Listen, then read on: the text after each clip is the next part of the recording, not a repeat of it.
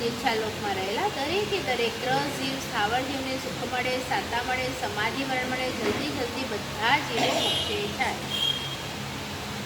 બધા સાતામાં છો?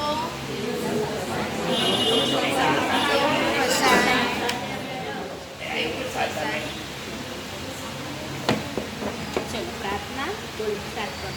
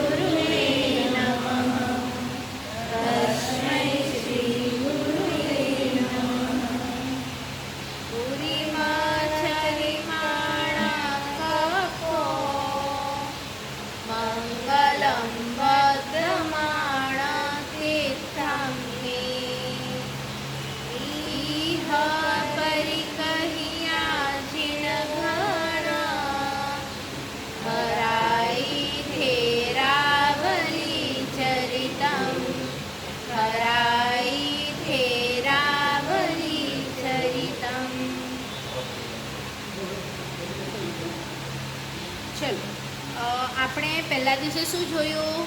5 કર્તવ્ય પરીક્ષણ દરમિયાન કરવાના. બીજા દિવસે શું જોયું? 11 વાર્ષિક કર્તવ્ય. ત્રીજા દિવસે 10 કલ્પ કે સાધુ ભગવંતો અથવા તો શ્રાવકના આચારો શું છે, એમાં જનરલી સાધુ ભગવંત શું છે. પછી આપણે કયું ચરિત્ર જોયું? વીર પ્રભુ, જે અંતિમ આપણા હમણાંના ચરમ કહેવાય, તીર્થંકર, છેલ્લા તીર્થંકર, તો એમનું ચરિત્ર જોયું. હવે આજે આપણે શું કરીશું? આજે આપણો હાઈએસ્ટ પોર્શન છે. પાર્શ્વનાથથી શરૂ થશે, શાંતિનાથના ભવો, હેમનાથજીના ભવો અને છેલ્લે આદિનાથના ભવો પર પૂરું કરવાનું છે. એટલે હમણાં સુધી વીર પ્રભુ હતા આટલા વિશે. એક દિવસમાં આપણે બધા ભગવંતો વિશે થોડું થોડું જોવાનું છે. તો આમાં શું કહે છે કે આ કલ્પસૂત્ર જ્યારે આપણે વાંચીશું એમાં મહાવીર ચરિત્ર જે છે એ બીજ સરીખું છે. જો હમણાં આપણા બધાની અંદર બીજ પડી જાય તો પછી આપણને કોઈ ચિંતા હોય? જ્યારે વરસાદ પડે, સરસ માટી મળે, સરસ તડકો પડે એટલે પછી. અને હવે આજે જે પાર્શ્વનાથ ચરિત્ર છે તે અંકુર સરીખું કીધું, એનાથી મોટું. પછી નેમનાથ ચરિત્ર છે તે થડ સરીખું કીધું. ઋષભદેવ ચરિત્ર છે તે શાખાત સરીખું કીધું. પછી આજે એના પછી સ્થવિરાવલી આવે તો સ્થવિરાવલી એ પુષ્પ સરીખી કીધી. સાધુ સમાચારી એ સુગંધ સરીખી કીધી. અને એ બધાનું છેલ્લે ફળ શું છે? મોક્ષ. જો આ બધું તમે સરખું કરો ને તો બીજ પછી થડ આમ કરતા કરતા મોક્ષરૂપી ફળ આપણને બધાને મળે. તો અહીંયા લખ્યું છે કે વાંચવાના અધિકારી કોણ? તો ઓરિજિનલી ગુરુ ભગવત, પણ હમણાં આપણે બધા સાંભળવાના અધિકારી, ચતુર્વિધ સંઘ, જેને મોક્ષે જવું છે. બરાબર? તો આ આપણે ભાષાંતર વાંચી રહ્યા છીએ, આપણે આ નથી વાંચી રહ્યા. જે મુખ્ય જે સંસ્કૃતમાં હોય એ તો ફક્ત ગુરુ ભગવંતો જ વાંચી શકે. તો આજે આપણે કયા ભગવાનનું સૌથી પહેલાં જોઈશું? પાર્શ્વનાથ. એમનું નામ તો ખૂબ જ છે. તો એમના અહીંયા જેવી રીતે આપણે મહાવીર સ્વામીનું જોયું હતું, ઘણા ભવો કરે આગળ, તો કેટલા ભવો આવશે આજે? પાર્શ્વનાથના કોઈક 9 કે છે, કોઈ 10 કે છે. કેટલા? 10. ચલો, પહેલા ભાવમાં શું છે? હવે છે ને આમાં જેવી રીતે ઓલામાં વીર પ્રભુ ગૌતમ સ્વામી એવી રીતે જોડીઓ હતી, તો આમાં હવે એમના પહેલા ભાવમાં છે ને એમનો ભાઈ છે કમઠ અને પોતે મરુભૂતિ, બરાબર, એ બે ભાઈઓ છે. તો એક ભાઈ જો વેરની પરંપરા રાખે છે બીજા ઉપર, તો બીજામાં આપણે એમનું જોઈશું કે બીજા ભાવમાં શું બન્યા, બીજા ભાવમાં શું બન્યા, એના પછી તો આપણે શું શીખવાનું છે, સાંભળ્યું ઘણી વખત. આવી રીતે થોડું કોઈકના ઉપર રાખીશું તો એનું તો કંઈ જ નહીં થાય, ખરાબ કોનું થશે. હું ખાલી એક શોર્ટમાં અહીંયા આવશે, પણ આપણે જોઈ જઈએ કે જે કમઠ અને મરુભૂતિ છે, તો કમઠ બીજા ભાવમાં વેરના કારણે કુરકુટ સર્પ બને છે. શું બને છે? સર્પ. જ્યારે આ હાથી બને છે ભાઈ. હવે આ બાજુ ત્રીજામાં હવે સર્પ હોય કંઈ ખૂબ સારા ભાવ કરે, સારા ભાવ કરે નહીં, તો એ મરીને ક્યાં જાય છે? પાંચમી નરકમાં. ક્યાં જાય છે? પાંચમી નરકમાં. અને આ છે તે દેવલોકમાં જાય છે. હવે આપણને એવું થવું જોઈએ કે એમણે એવું શું કર્યું કે એ દેવલોકમાં ગયા, બરાબર. એના પછીના ભાવમાં ફરીથી નરકથી નીકળી અને ભાઈ જે છે તે સર્પ બને છે અને આ રાજા બને છે દેવલોકની નીકળીને. એના પછી ભાવના છઠ્ઠા ભાવમાં આ જે આપણે શું કહેવાય જે નરકમાં છે એ નીકળીને ભીલ બને છે. ભીલ એટલે આદિવાસી ટાઈપ. એ લોકોને બહુ ધર્મ મળે નહીં, પણ પુણ્ય છે કે જો મનુષ્યમાં આવી ગયા, બરાબર. તો અહીંયાથી તમે જોજો કે એવું શું કર્યું કે મનુષ્યમાં આવી ગયા, ભીલ બન્યા. અને આ બાજુ આ દેવલોકમાં ગયા હોય છે જે રાજા બનીને એ વજ્રનાભ નામના રાજા થાય છે. એટલે જોડી અહીંયા આપણે જોઈશું, પણ ખાલી કહેવાનો અર્થ એમ છે કે આ છે ને ભીલ બનીને સારા કામ કર્યા હશે કે ખરાબ કામ. ભીલ જાતિ તમને ખબર છે ને, શિકાર ને આ બધું. તો એ ફરીથી ત્યાંથી ક્યાં જાય છે? જીવ નરકમાં. આ નરકમાં જાય છે અને આ ફરીથી દેવલોકમાં દેવ બને છે. આ નરકથી નીકળીને સિંહ બને છે. આ અહીંયાથી બની અને દેવ જે થયા હતા ત્યાંથી ચક્રવર્તી બને છે. અને ફરીથી આ સિંહ બનીને કેવા કામ કરીએ આપણે? નરક. તો ચોથી નરક અને આ બાજુ આ દેવલોક. અને ફરીથી આમનો જીવ પાર્શ્વનાથ. અને આ નરકથી નીકળી અને એક દરિદ્ર બ્રાહ્મણ છે જે પાર્શ્વનાથના ભાવમાં ત્યાં આવશે. ખ્યાલ આવ્યું? બંને ભાઈની પરંપરા આપણે શોર્ટમાં જોઈએ. હવે આપણે આમાં આવે છે એ વસ્તુ જોઈએ.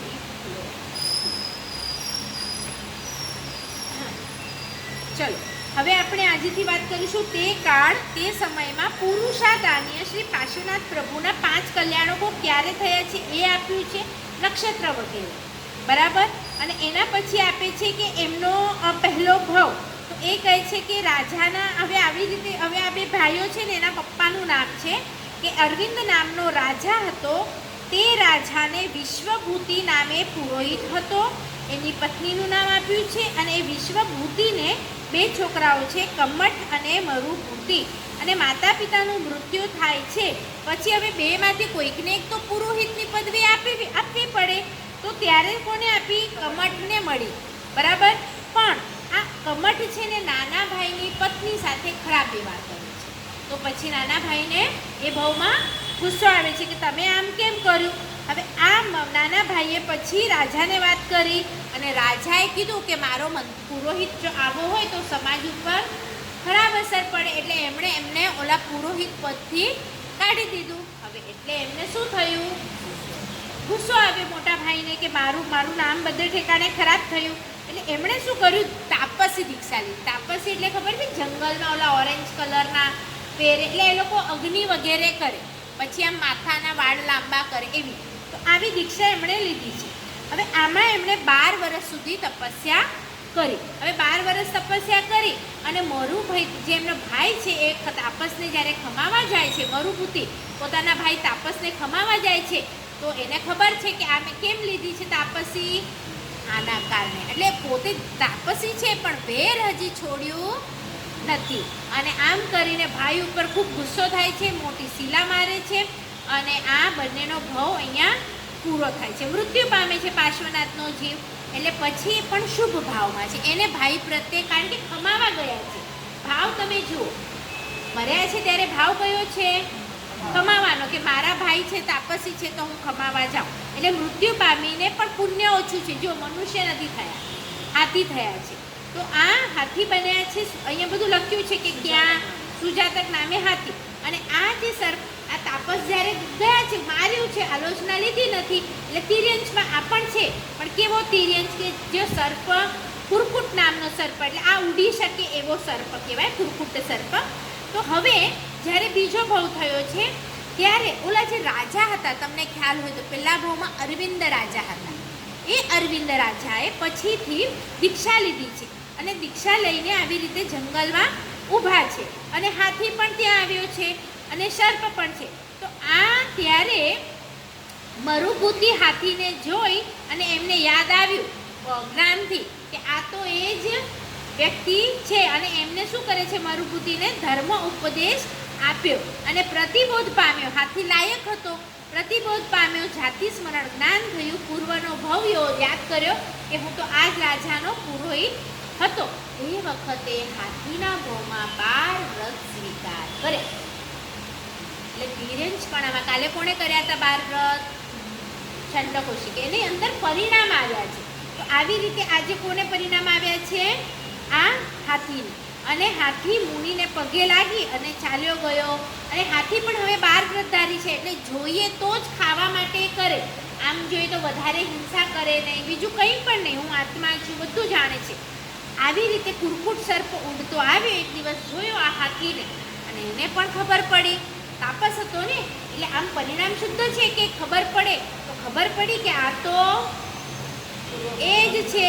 એટલે પૂર્વ ભાવનો યાદ આવ્યું, ડંખ મારે છે અને હાથી શુભ ધ્યાનથી મરણ પામે છે, માટે દેવલોકમાં ઉત્પન્ન થાય છે અને આ ડંખ મારવાના ભાવથી એનું પણ મરણ થાય છે અને 5મી નરકમાં જાય છે. આ ત્રીજો ભાવ. હવે ચોથો ભાવ, આ તો દેવમાં ગયા છે અને આ નરક. હતા બંને ભાઈઓ, પણ પરંપરા ચેન્જ થઈ. કઈ વસ્તુના કારણે ચેન્જ થઈ? એટલા માટે આવા વર્ણનો મૂકે તો આપણને કાલે કેવી ક્ષમાપના કરવાની એમનો મેસેજ મળે છે. ભલે એનાથી નથી પડતું, પણ લોસમાં કોણ જશે? આપણે ખાલી આપણો વિચાર કરીએ. લોસમાં એક વખતની ક્ષમાપના નહીં માંગવાથી જો મને આવી નરક મળે તો પછી શું ફાયદો? ત્યાં દુઃખ કોણ ભોગવશે? એ ભોગવશે કે હું ભોગવીશ? ખ્યાલ આવ્યું? હવે એના પછીથી ફરીથી જેમ વાત કરી એમ આ રાજા થયો છે, દીક્ષા લે છે, દીક્ષા લઈને ફરીથી કાયોત્સર્ગમાં છે અને આ કમઠનો જીવ નરકમાં છે. નરકમાંથી નીકળી અને ફરીથી સર્પ થયો છે અને સર્પ જોઈને ફરીથી એ જ્યારે મુનિ ત્યાં જે જંગલમાં છે ત્યાં એ સર્પ બનીને ફરી રહ્યો છે ને યાદ આવ્યું કે આ તો એ જ છે. ફરીથી ડંખ મુનિ શુભ ધ્યાનમાં છે, મરણ પામ્યા તો દેવલોકમાં ગયા, 12મા દેવલોકમાં ગયા અને આ નરકમાં ગયા 5મી. ચલો, તો આવી રીતે એમના ભવો છે. એના પછી આ ભીલપણામાં પણ એ ભીલ થઈ અને મુનિ ઉપર બાણ છોડે છે અને ત્યાં પણ એવો જ ભાવ છે. એટલે કોઈક સમજાવનારું નહીં મળે ને તો અનંત ભાવ આપણે આવી જ રીતે રખડતા રહીશું. ખ્યાલ આવ્યું? પછી 7મા ભાવમાં પણ આવી જ રીતે નારકી અને દેવ છે. 8મા ભાવમાં ફરીથી હવે આપણા જે પ્રભુ છે તે શું થાય છે? જંબુદ્વીપના મહાવિદેહમાં સુહર્ણબામે નામે ચક્રવર્તી. અને આ ચક્રવર્તી, મેં શું કીધું તું? ચક્રવર્તી જો દીક્ષા લે તો મોક્ષ થઈ શકે, ન લે તો દેવલોક પણ છે અને ન લે તો પછી નરક પણ. એમની માટે બધું ખુલ્લું છે. તો અહીંયા લખ્યું છે કે એ ચક્રવર્તીપણામાં તીર્થંકર પ્રભુની દેશના સાંભળી વૈરાગ્ય પામી વિષસ્થાનક તપની સુંદર આરાધના કરી તીર્થંકર નામ કર્મ ઉપાર્જન કર્યું. બરાબર? અને કમઠનો જીવ 7મી નરકથી નીકળી અને એ વખતે એ વનમાં સિંહ હતો અને કોઈક વખતે તે સિંહે ચક્રવર્તી મુનિને જોઈને પૂર્વ ભવના વેરથી તે મુનિને મારી નાખ્યો. હવે 9મા ભાવમાં ઓલા તો મુનિ છે એટલે સમતા ભાવમાં છે એટલે ફરીથી દેવલોકમાં ગયા અને 10મા દેવલોકમાં ગયા છે અને કમઠનો જીવ સિંહ સાધુને મારી અને ફરીથી નરકમાં ઉત્પન્ન થયો છે. આ 9મો ભાવ પૂરો થયો. હવે 10મો મુખ્ય ભાવ જે આપણે વાત કરવી છે. તો 10મા ભાવમાં મરુભૂતિનો જીવ વારાણસી નગરીમાં અશ્વસેન રાજાની રાણી વામાદેવીના ઉદરમાં 14 સ્વપ્ન સૂચિત ઉત્પન્ન થયા અને કમઠ નરકથી નીકળી અને એક દરિદ્ર બ્રાહ્મણ થયો છે. અને પછીથી બીજું બધું પુરુષાદાનીનું વૃત્તાંત અહીંયા લખ્યું છે કે આખું મહાવીર સ્વામીની જેમ જાણવું એટલે 14 સ્વપ્ન કો, ભણવાનું કો, લગ્ન કો, પછીથી દેવો આવીને વિનંતી કરે દીક્ષાની, દીક્ષા લે, કાયોત્સર્ગ, પછી એક વખત કેવળદાન વગેરે વગેરે વૃત્તાંત આપણે કોના જેવો જાણવાનો છે? અહીંયા લખ્યું છે કે મહાવીર દેવ જેવું જાણવું. પણ ખાલી એમનું પાર્શ્વનાથ નામ કેમ પડ્યું છે એ અહીંયા લખ્યું છે કે એક વખત વામાદેવી પાર્શ્વનાથના ગર્ભમાં આવ્યા બાદ સૈયામાં સૂતા હતા તો બાજુમાંથી નાગ ગયો, એકદમ કાળો નાગ હતો, એને પાર્શ્વ કહેવાય, માટે આમનું નામ એમણે શું રાખ્યું? પાર્શ્વ રાખ્યું. બધા ભગવાનનું નામનું વર્ણન આવશે અને પછીથી આખું ચરિત્ર એવું જ આવશે. અને આ ઓલા 7 હાથના છે. હવે આ જુઓ એનાથી આગળ છે એટલે આમની હાઈટ લખી છે 9 હાથ અને એમને પણ 1008 લક્ષણ વગેરે વગેરે, પત્નીનું નામ પ્રભાવતી અને એ વગેરે બધું આપ્યું છે. એક અહીંયા પ્રસંગ એમનો નોંધ કરવામાં આવ્યો છે કે પ્રભુ જ્યારે નાના હતા, તો આ આપણે તત્વથી સમજીએ. પ્રભુ જ્યારે નાના હતા ત્યારે ઝરોખામાં બેઠા છે અને એ ઝરોખામાં જુએ છે કે ત્યાં કોઈક તાપસ અગ્નિ બાળીને તપ તપી રહ્યો છે. બરાબર? પોતે ઝરોખામાં બેઠા છે. હવે પ્રભુ 3 જ્ઞાન સાથે જન્મે એટલે મતિ હોય, શ્રુત હોય અને અવધિ હોય, એનાથી જાણે છે કે એ જે લાકડા નાખી રહ્યો છે અગ્નિમાં, તો એમાં તો જીવ હિંસા થઈ રહી છે. તો હવે જુઓ, મેં તમને કાલે પણ કીધું હતું કે પ્રભુ પોતે છે ને કંઈ ન કરે એ ભાવમાં, તો પ્રભુ શું કરે છે? પોતાના નોકરને કહે છે કે તમે ત્યાં જાઓ અને ત્યાં એમને કહો કે ત્યાં શું છે, તમે જે લાકડા નાખો છો એમાં નાગ છે. તો ઓલો જઈને કહે છે, અટકાવે છે. તો ઓલો તો ગુસ્સે થાય છે કે મારું આ તમે કેમ અટકાવ્યું યજ્ઞ? તો બતાવો, પ્રૂફ બતાવો. તો ઓલો ખોલે છે, બતાવે છે. હવે તમે આટલા સુધી સાંભળ્યું હશે, બરાબર? ખોલે છે ને બતાવે. શું નીકળે છે લાકડામાંથી? સાપ. હવે એ સાપને કોણે નવકાર સંભળાવી? આ બધાને ખબર છે. કોણે નથી સંભળાવી? કારણ કે હાજર હતા પ્રભુ. મેં કાલે શું કીધું હતું કે એ લોકો નવકારનો પણ આશરો લે નહીં. તો પ્રભુ નથી આપતા, પણ પ્રભુ કોને કહે છે કે તમે એને આપો, એટલે સેવક આપે છે. હવે જો આ નાગની લાયકાત છે કે નહીં એ કેવી રીતે ચેક થશે? જેવો તમે લાકડું ખોલ્યું, હવે નાગની સામે 2 વ્યક્તિ બાજુમાં જ છે. જેણે નાખ્યું છે એ પણ છે અને જેણે નવકાર સંભળાવી છે એ પણ છે. એનું બળ્યું છે તે પાછળનું ભાગ બળ્યું છે. બરાબર? તો ધારે તો એનું મોઢું તો ખુલ્લું છે, બહાર નીકળ્યું એટલે.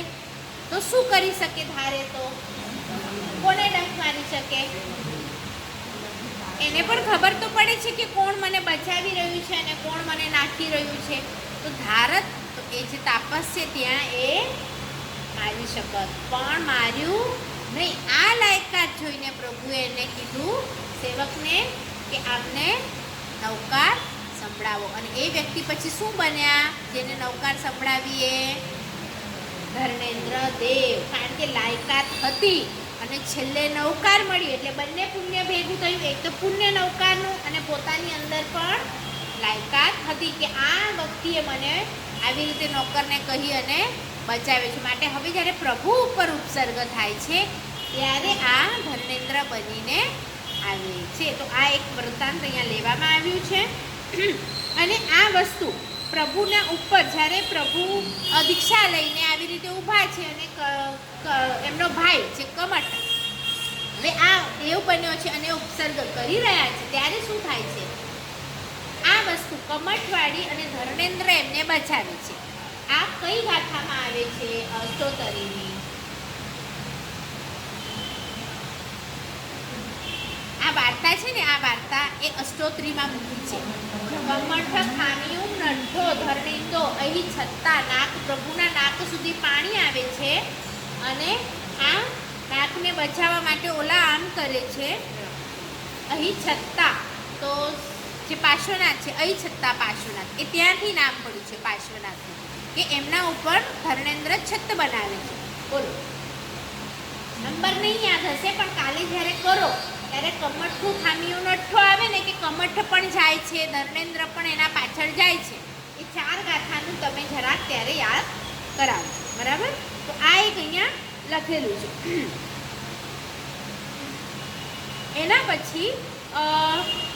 પાર્શ્વનાથ, હા, પાર્શ્વનાથને કોના જોઈને વૈરાગ્ય આવ્યું? કારણ કે હવે આજે જો પાર્શ્વનાથના સમયમાં લોકો કોને પૂછતા હશે? નેમનાથને. એટલે એક વખત અહીંયા લખ્યું છે કે પ્રભાવતી સાથે વનમાં ગયા તો એક સુંદર જિનાલય જોયું. એમાં નેમનાથ પ્રભુની જાનનું અને પરણાવીના રાજીમીતીના ત્યાગનું દીક્ષા ગ્રહણ જે એમણે કરી છે એ ચિત્ર મૂકેલા હતા.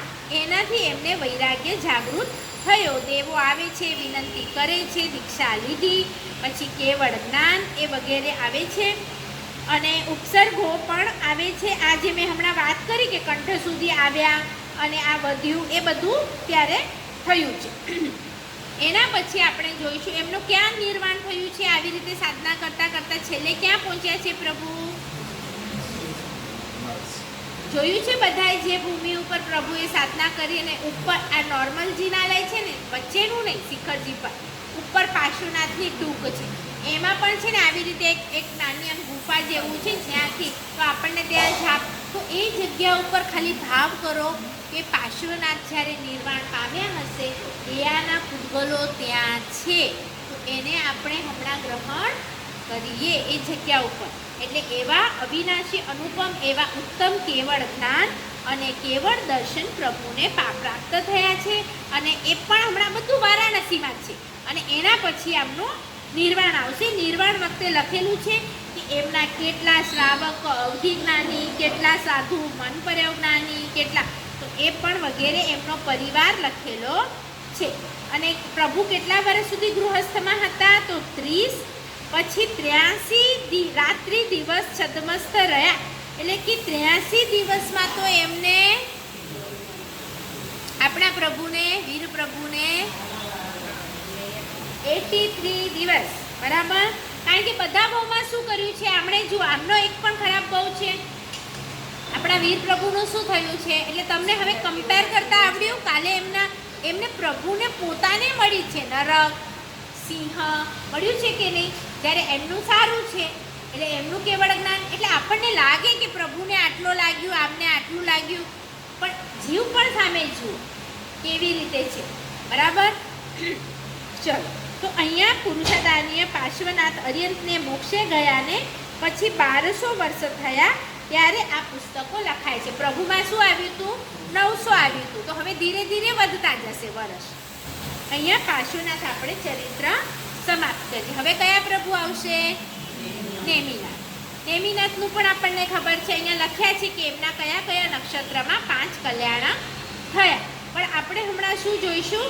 સીધું કે જ્યારે આ એમનો ગર્ભમાં આવ્યા, રાણીના, શિવાદેવી રાણીના ગર્ભમાં આવ્યા ત્યારે એમનું લખેલું છે કયો દિવસ, કયો નક્ષત્ર, એ આપણે હમણાં નથી જતા. એમનું નામ શું રાખે છે? અરિષ્ટ નેમિ. શા માટે રાખે છે એ પણ આપ્યું છે. હું એક સાથે 24 ભગવાનનું વોટ્સએપ આપને મોકલાવી દઈશ, તમે ગ્રુપમાં નાખજો બધા ભગવાનના નામ. શું એવું બન્યું તો એ લોકોના પડ્યા છે, કારણ કે બધાની વાર્તા છે, તો એ તમે સેવ કરજો એટલે તમને પણ ખબર પડે કે શા માટે એમનું નામ અરિષ્ટ નેમિ છે, શા માટે આમનું નામ પાર્શ્વનાથ છે, બરાબર. એના પછી આ હવે જ્યારે મોટા થાય છે, નેમિ પ્રભુ ગર્ભમાં હતા ત્યારે શિવા માતાએ ગર્ભમાં રિષ્ટ રત્નમય એ ચક્ર જોયું, માટે એમનું નામ અરિષ્ટ નેમિ રાખ્યું. અને નામમાં અપમંગળ ટાળવા માટે આગળ અ ઉમેરવામાં આવ્યો છે, બરાબર. અપમંગળ ટાળવા, નહીં તો શું જોયું છે? રિષ્ટ, બરાબર, રત્ન, રિષ્ટ રત્ન, તો એની માટે આવું નામ થયું છે. અને આવી જ રીતે એક વખત નેમકુમાર અને કૃષ્ણ કઝિન છે. તો આ કયા વખતની વાત છે? જ્યારે મહાભારત હતી કે રામાયણ હતી? મહાભારત. કૃષ્ણની વાત આવે છે. કૃષ્ણના શું થાય? રાજુલ કૃષ્ણના શું થાય? જો હું તમને હિન્ટ આપું છું, તમે પકડો. આમ તો તમે બહુ પકડી લો, આના આમ ને આના આમ. અહીંયા આપણે પકડવાનું છે, બરાબર. જો ઉગ્રસેન રાજાની દીકરી અને કંસની બહેન, કંસની બહેન અને ઉગ્રસેનની દીકરી. આ કંસની બહેન છે, બધાને રાજુ ખબર હતી? અહીંયા લખેલું છે. તો હવે હવે હવે તમે સમજો, બરાબર, કંસની બહેન છે. હવે અહીંયા લખ્યું છે કે રાજીમતી હતી તેની માંગણી કરી, એટલે શ્રી કૃષ્ણ વચમાં હતા અને શ્રી કૃષ્ણે આ બાજુ એમનો ભાઈ છે.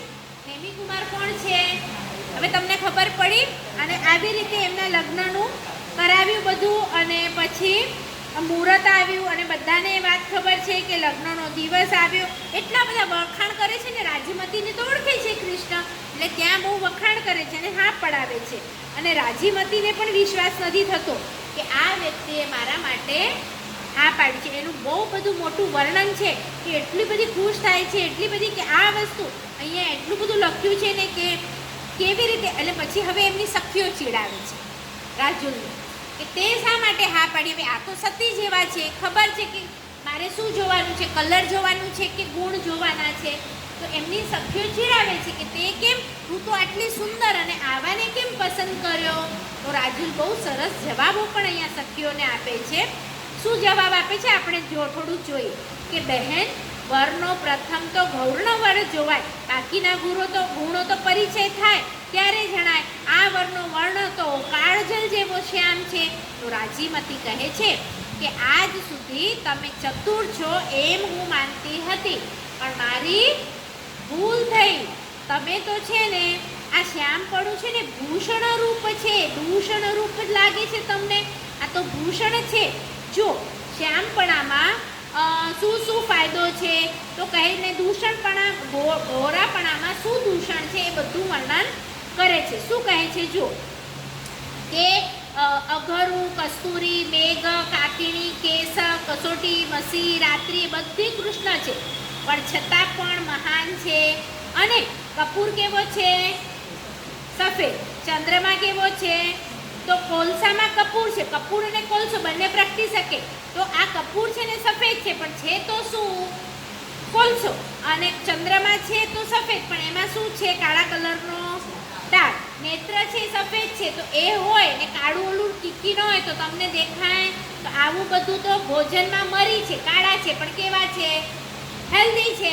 અને તમે જુઓ મીઠું છે કે સાકર છે કે મેંદો, એ કેવું છે? આવી રીતે પોતાની બહેનપણીઓને આખું કાળા અને સફેદનું ગુણકારી છે બતાડે છે. એમ જ તમે જુઓ એકદમ સફેદ ઓલું કોડ થઈ જાય તો એ પણ શું છે કે છે? રોગ છે.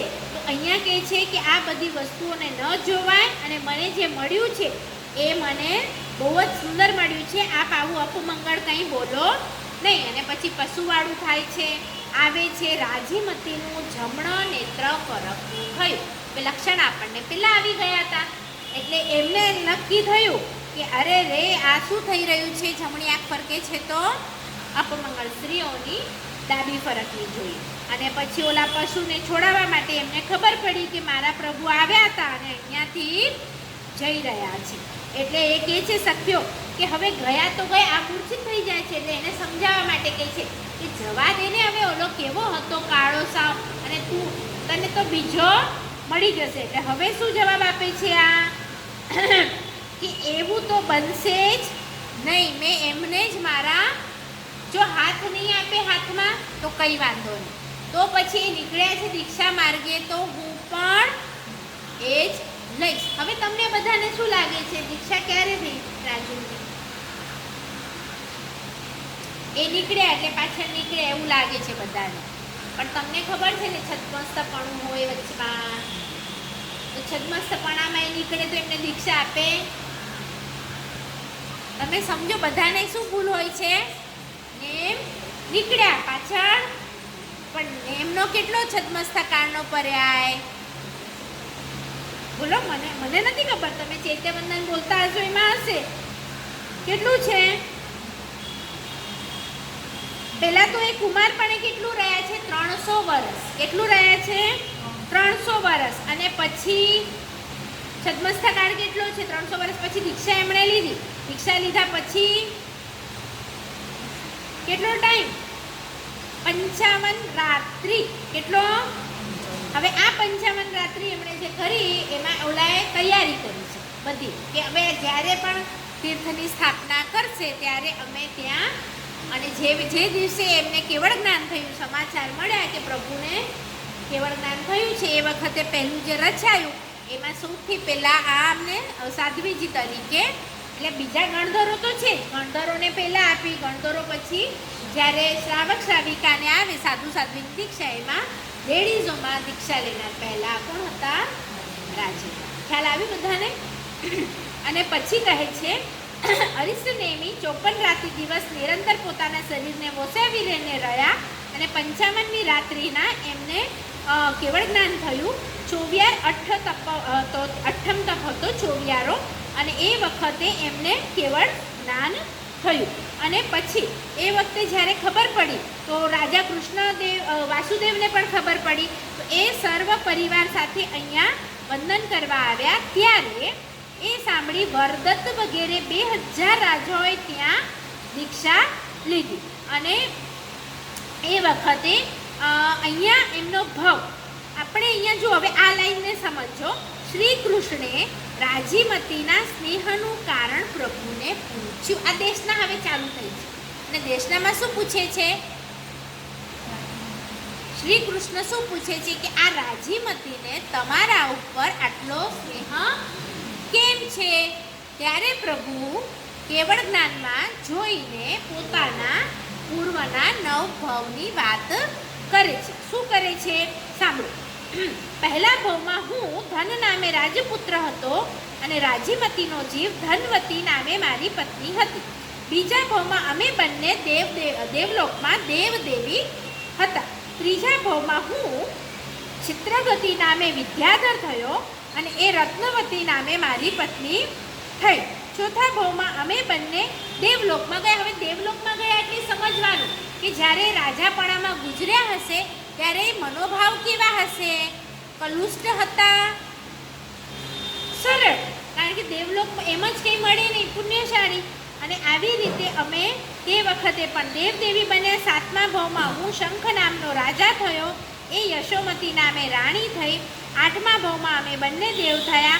9મા ભાવમાં હું અને આ રાજીમતી છે. અમારો કેટલા ભાવનો સ્નેહ છે? એટલે આ રાજ્યમતીને મારો આ એક ભાવ પર નથી, ભલે હું કાળો છું, પણ એમને આ 9 ભાવનો સ્નેહ એની અંદર છે, માટે એને આવું કર્યું છે દીક્ષા માટેનું. આટલું ખ્યાલ આવ્યું બધાને? 9 ભાવ. હવે આ 9 ભાવ દીક્ષા લીધી છે. હવે રાજ્યમતીએ પણ દીક્ષા લીધી છે, પોતાનું કરી રહ્યા છે. અહીંયા પ્રભુ પોતાનું કરી રહ્યા છે. પ્રભુ પાસે એમના ભાઈ જે રહનેમી છે એમણે પણ દીક્ષા લીધી છે. હવે આ એક વખત શું થાય છે? વરસાદ પડી રહ્યો છે. રહનેમી ઓલરેડી ગુફામાં છે પહેલેથી કાયોત્સર્ગમાં, પણ આ સાધ્વીજી જ્યારે વિહાર કરી રહ્યા છે ત્યારે આવો વરસાદ પડવાના કારણે બીજી સાધ્વીજી નીકળી ગયા અને આમણે જવાનું યોગ્ય નહીં લાગ્યું, એટલે એમણે ગુફાનો સહારો લીધો. આખા ભીંજાયેલા હતા. તો હવે એ એમનું નજર કાયોત્સર્ગથી હટી. એમને ખબર નહીં, અંધારું હતું કે ભાઈ અહીંયા કોઈક ગુરુ ભગવંત અહીંયા બેઠા છે, એ એમને ખબર નહીં. અને આવી રીતે એમને ઓલા સાધુએ તો જોઈ લીધું કે સાધ્વીજી ભીંજાયેલા આવ્યા છે, અને એમનો આપણે કહીએ ને કે વૈરાગ્ય હજી એટલું મજબૂત હતું નહીં. એટલે એમણે શું કર્યું? એમણે અઘટિત માંગણી કરી સાધ્વીજી પાસે કે ચલો આપણે અહીંયા ભોગ ભોગવીએ અને પછીથી ફરીથી આપણે પ્રભુ પાસેથી તમે પણ દીક્ષા લઈ લેજો આલોચના લઈને, અને હું પણ દીક્ષા લઈ લઈશ. આવી રીતે વાત કરી. તો જો આપણે હોઈએ ને બહુ ધર્મની સમજણ ન હોય ને તો એક વખત ગુસ્સો કરીએ કે હાય હાય તમે આમ કેમ કહો છો. પણ આ કેવા છે? રાજીમતી સતીમાં નામ આવે છે ને સતી, એટલે કે કેવું આચરણ કરવું એ એમને બરાબર ખબર છે. તો એમને ખબર પડી કે આમનો એવો કોઈ કર્મનો ઉદય આવ્યો છે કે એમણે આવું વિચાર્યું. તો પોતે તો ધર્મ નથી છોડતા, પણ એમને પણ ધર્મમાં સ્થિર કરે છે. શું કહે છે એમને? કે એક વખત સર્પ પણ હોય ને તો પોતે ડસે, પોતાનું વિષ, તો એક નામ આવે છે એમાં, એ સર્પની જાતિનું નામ લે છે કે એ જે ઉચ્ચ જાતિના સર્પ છે એ પણ પોતાનું વિષ પાછું લેતા નથી. તો તમે તો આટલી સુંદર આરાધના કરી છે, મેં આટલી કરી છે, આપણે આપણા પગ કિચડમાં નાખીએ અને પછી ફરીથી એને ધોઈએ, તો એના કરતાં પહેલાંથી જ આપણે કિચડમાં ન નાખીએ તો ફરીથી આપણને વિષ પીવું પડે. તો એવું કેમ કરીએ? આ સર્પ છે ને એનું એક એવું છે કે જો કોઈક એવી વિદ્યા કરે ને એને પછી પોતાનું ફરીથી જે વમેલું છે, ઉલટી છે, એ પાછી પીવી પડે. તો આપણે એવું કેમ કરીએ, એક વખત વમીએ અને ફરીથી દીક્ષા આપણે કહીએ ને આલોચના લઈને દીક્ષા લઈએ એટલે શું, પહેલાં ઉલટી કરી અને એ ઉલટીને હવે ફરીથી ચાટો.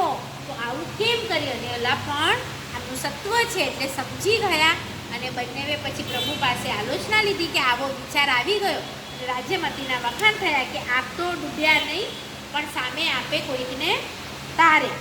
તો આવી રીતે બધાને અહીંયા કહે છે. અને અહીંયા એક વાક્ય આ લોકોનું પણ આખું વૃત્તાંત લખેલું છે. એટલે તમે પણ જ્યારે પણ તમને આવો લાભ મળે તો તમારે આ વાંચવાનું. વાંચશો એટલે શું થશે, એક લાઈન પણ તમારી છૂટશે નહીં. હમણાં તો શું છે કે આપણે સમયના અભાવે થોડુંક આપણને છોડવું પડે છે, પણ જ્યારે તમે એક એક લાઈન વાંચશો ને કે આ મહાપુરુષોના સંવાદો કેવા થાય છે, પતિ પત્નીના કેવા થાય છે, ભાઈ ભાભીના કેવા થાય છે, આ હવે દેવર અને જે છે પણ હમણાં તો સાદું છે બંને, તો એમનો વ્યવહાર વાતો શું થાય છે. તો પહેલાં એમના જે દિયર છે એ શું કહે છે, જો એ કહે છે કે આવો તમે છે ને આવું તમારું સરસ સુંદર શરીર છે એને તપ કરીને શા માટે સુકાવો છો? આપણે બંને ભોગ સુખથી જન્મ સફળ કરીએ પછી ચારિત્ર લઈ આત્મશુદ્ધિ કરીશું. અને આવા શબ્દ સાંભળતા રાજીમતીએ કહ્યું, ધૈર્ય રાખીને કહ્યું, ખૂબ ધૈર્ય રાખીને કે આપણે બંને તો હમણાં સર્વ સાવધ્યની પ્રતિજ્ઞા લીધી છે, તો હવે આપ ભંગ કરવા કેમ તૈયાર થયા છો? વમન કરેલા વિષયોને ફરીથી શા માટે ઈચ્છો છો? અગંધન કુળના સર્પો પણ આવું કરતા નથી. એ લોકો એક વખત મૃત્યુ સ્વીકારી લે પણ કહેશે અમે આ લઈશું નહીં. એવા એ લોકો જો સત્વશાળી છે તો આપણે આવું કેમ કરીએ? અને બોધ પામી અને પછી એ લોકો પ્રભુ પાસે ગયા, આલોચના લીધી, તપ કરી અને બધા મોક્ષે ગયા. રથ નેમી 400 વર્ષ ગૃહસ્થવાસમાં રહ્યા. છદ્મસ્તવણ એટલે આમ કરીને એમનું ટોટલ 900 વર્ષનું આયુષ્ય છે, બરાબર. અને પછીથી બધું વૃત્તાંત એમનું એના જેવું જાણવું. એના પછી આપણે અને ક્યાં ગયા છે, એમનું નિર્વાણ ક્યાં થયું છે? ગિરનાર પર. હવે અહીંયા આખી ઓલી કૃષ્ણવાળી વાર્તા છે ને, આ લોકો બધા બોર્ન ત્યાં જ થયા છે, યુપી સાઈડ. પણ કંઈક થયું છે, દ્વારિકા બળી છે અને આ લોકોને આ બાજુ ગુજરાત સાઈડ આપણું આવવાનું, લાખો વિહાર કરીને અહીંયા આવ્યા છે. બધાને ખબર છે બધા ભગવંતો નહીં તો જન્મ્યા ક્યાં છે? મોસ્ટલી બધા યુપી સાઈડ. નામ કીધું, તમે શું કીધું? તો એનું તમને તત્વથી અર્થ ખબર છે? બિહારનું અપભ્રંશ થયું છે. પહેલાં છે ને ઘણા લોકો ત્યાં વિહાર કરતા, તો આ લોકો બોલે કેમ યુપીવાળા? બને શું કે વિપુલ હોય તો શું કે વિપુલ, એટલે વિહારને શું કે છે? બિહાર. તો આ વિહાર પરથી શબ્દ આવે છે. અને વધારે બધા ભગવંતો આપણા ક્યાં જન્મ્યા છે? બિહારમાં. પણ આમનું એક નિર્વાણ અહીંયા પછી ગિરનાર પર થયું છે. ગિરનાર ચડે કે શત્રુંજય ચડે?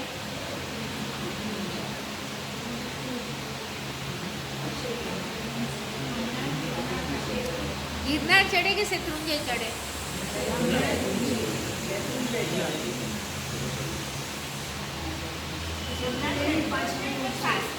શત્રુંજય આ લોકો કે છે શાશ્વતો છે. હા, આ છે ને શાશ્વત છે, કોઈ પણ આરામાં આવશો તો હશે.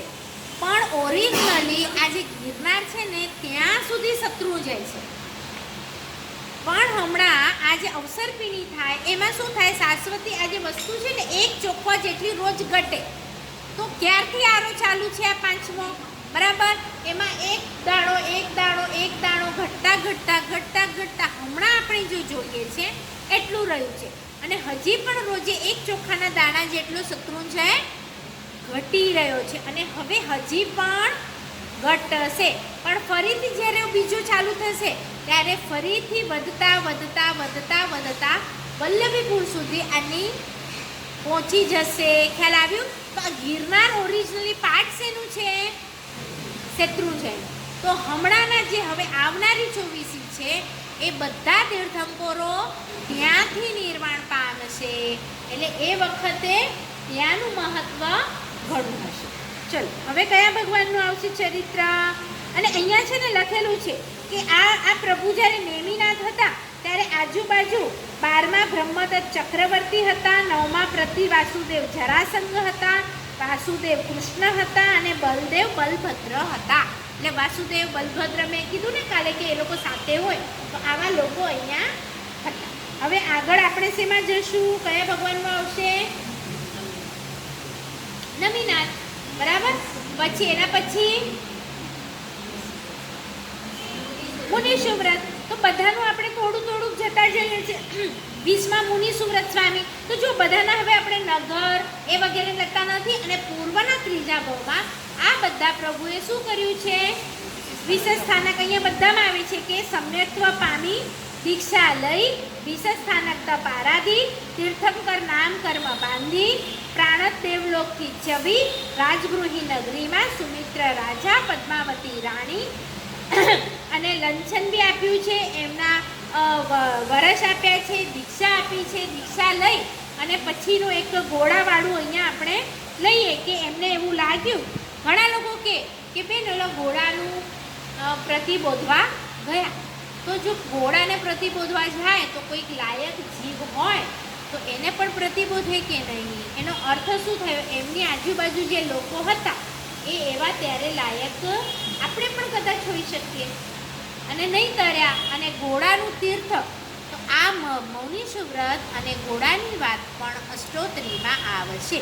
ઘોડો આવી રીતે આપણે હમણાં પ્રાર્થના કરીએ છીએ ને કે મારો અંતિમ વખત હોય તો હું તમને બધાને કહું છું ને કે અમને પ્રતિબોધવા, કદાચ તમે અમારાથી ઉપર થાવ તો પ્રતિબોધવા આવજો. તો એમણે એવી ભાવના કરી હતી એટલે પ્રભુને કીધું હતું અગલા ભાવમાં, એટલે એ ગયા પ્રતિબોધવા માટે. તો આવી રીતે આપણે પણ એકબીજાને પ્રાર્થના કરવાની છે. અને અશાવબોધ, આ અશ્વને બોધ આપે છે. તો હમણાં પણ અશાવબોધ નામનું એક તીર્થ બન્યું છે. એ તીર્થની જ્યારે અશાવબોધ નામ આવે ત્યારે તમારે એ લોકોને જણાવ્યું કે મુનિ સુવ્રત અને ઘોડાની કઈ ગાથા છે. પછી સમલિકા વિહાર પણ એક આવે છે. એ ત્યાં સમડી વિહારનું એ પણ આ મુનિ સુવ્રત સાથે જોડાયેલું છે.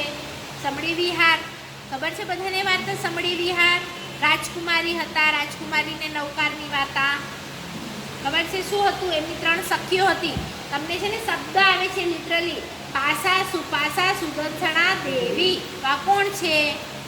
તમને પાર્શ્વનાથ નથી યાદ કરવાનું. આ 3 જે સામલિકા રાજકુમારી છે ને એમની સખીઓ છે.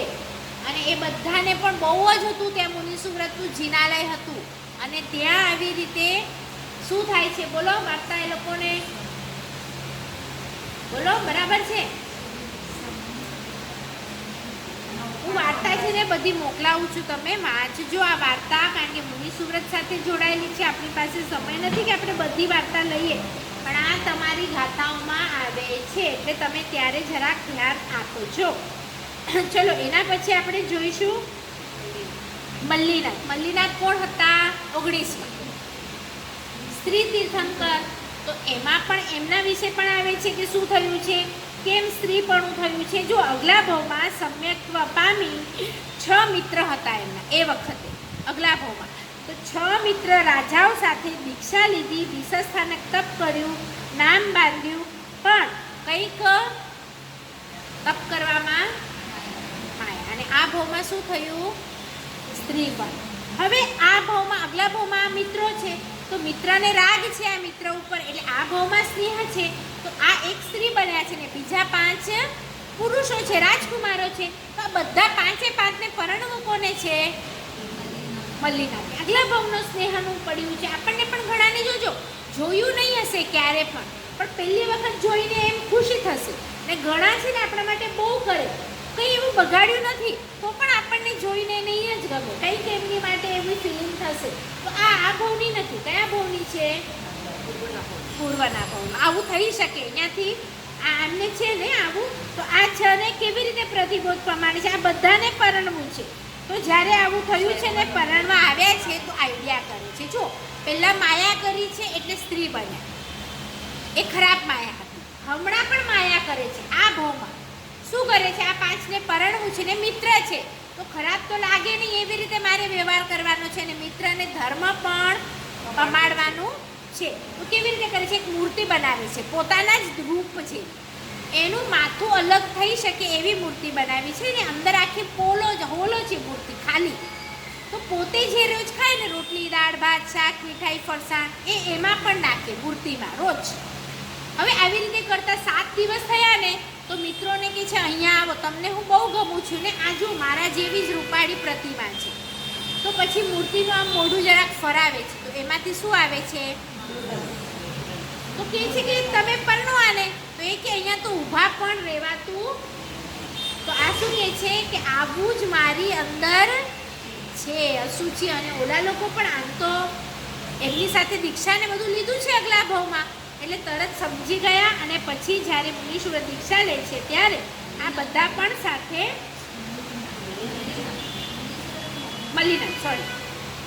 મગજમાં ઓલું હોય પણ બોલાઈ જાય.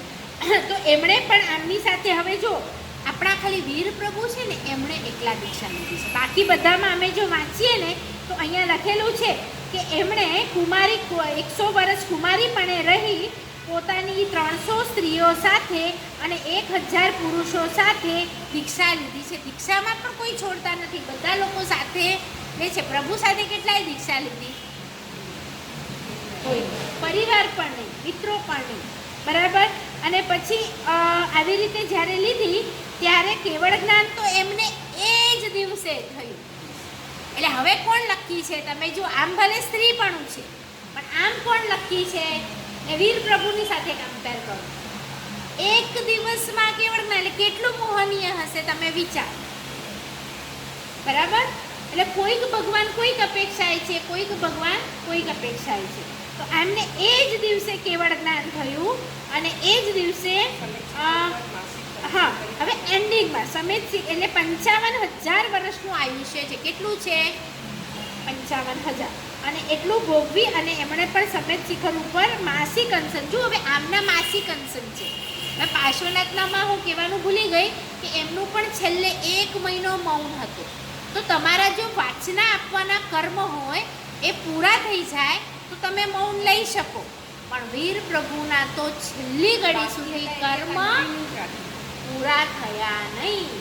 આપણને લાગે આપણા માટે આપે છે પણ એમના કર્મ હતા, આપવું પડે. એટલે એ જીવ તમે જુઓ છેલ્લે પણ જતા પણ ને આ બધા શું કહેવાય માંસ ખમણને એવા બધા કરે છે મહિનો. એમનાથી તો ખાલી છઠ છે કે સંગયણ તમે જુઓ છે તો એવું જ જે આદિનાથનું છે પણ તે છતાં પણ બધું હવે ઉતરતું થાય છે. હવે મલ્લીનાથ પછી અરનાથ પ્રભુનું આવે છે સેમ. અરનાથ પ્રભુનું પણ આવી જ રીતે છે. પૂર્વનો 3જો ભાવ અને પછી દીક્ષા દાન આપે છે, દીક્ષા લે છે, 21,000 વર્ષ દીક્ષા પાડે છે, 84,000 વર્ષનું આયુષ્ય ભોગવી સમેત શિખર ઉપર કુંભ આદિ 33 ગણધરો. બધાના ગણધરો પણ હવે ધીરે ધીરે વધતા રહે છે પણ અમે વધારે વાંચતા નથી. અહીંયા લખ્યું છે એ વખતે જે બલદેવ હતા એ વખતે જે ચક્રવર્તી હતા શુભુમ ચક્રવર્તી એ આ વખતે થયા છે. જે શુભુમ ચક્રવર્તી છે એ મોક્ષે ગયા નથી. 2 છે, એક બ્રહ્મદત્ત. તો એમનું પણ એ આપણે સ્ટોરી પછીથી ક્યારેક એવું હશે તો જોઈશું કે શું થયું છે. પણ એ આ પ્રભુના સમયમાં થયા. એના પછી કુંભુનાથ. તો કુંભુનાથમાં પણ સમ્યક્ત્વ લઈ દીક્ષા વિષસ્થાનક કરી તીર્થંકર 35 એમની હાઈટ છે 35 ધનુષ્ય જો વધતી જાય છે 35 ધનુષ્ય ઊંચાઈ 750 વર્ષ કુમારપણે પછી રાજાપણે ચક્રવર્તીપણે. હવે આમનું પુણ્ય જબરદસ્ત 16, 17 અને 18 શાંતિનાથ, કુંભુનાથ અને અરનાથ. કેટલા પુણ્યશાળી એક જ ભાવમાં ચક્રવર્તીપણું અને તીર્થંકરપણું. હવે એમની માતાએ કેટલા સ્વપ્ન જોયા? તો પછી 7 ઝાંખા 14 ઝાંખા અને 14 કારણ કે એમનો જ પુત્ર પછી તીર્થંકર પણ બનવાનો છે એટલે 2 વખત થયા, બરાબર.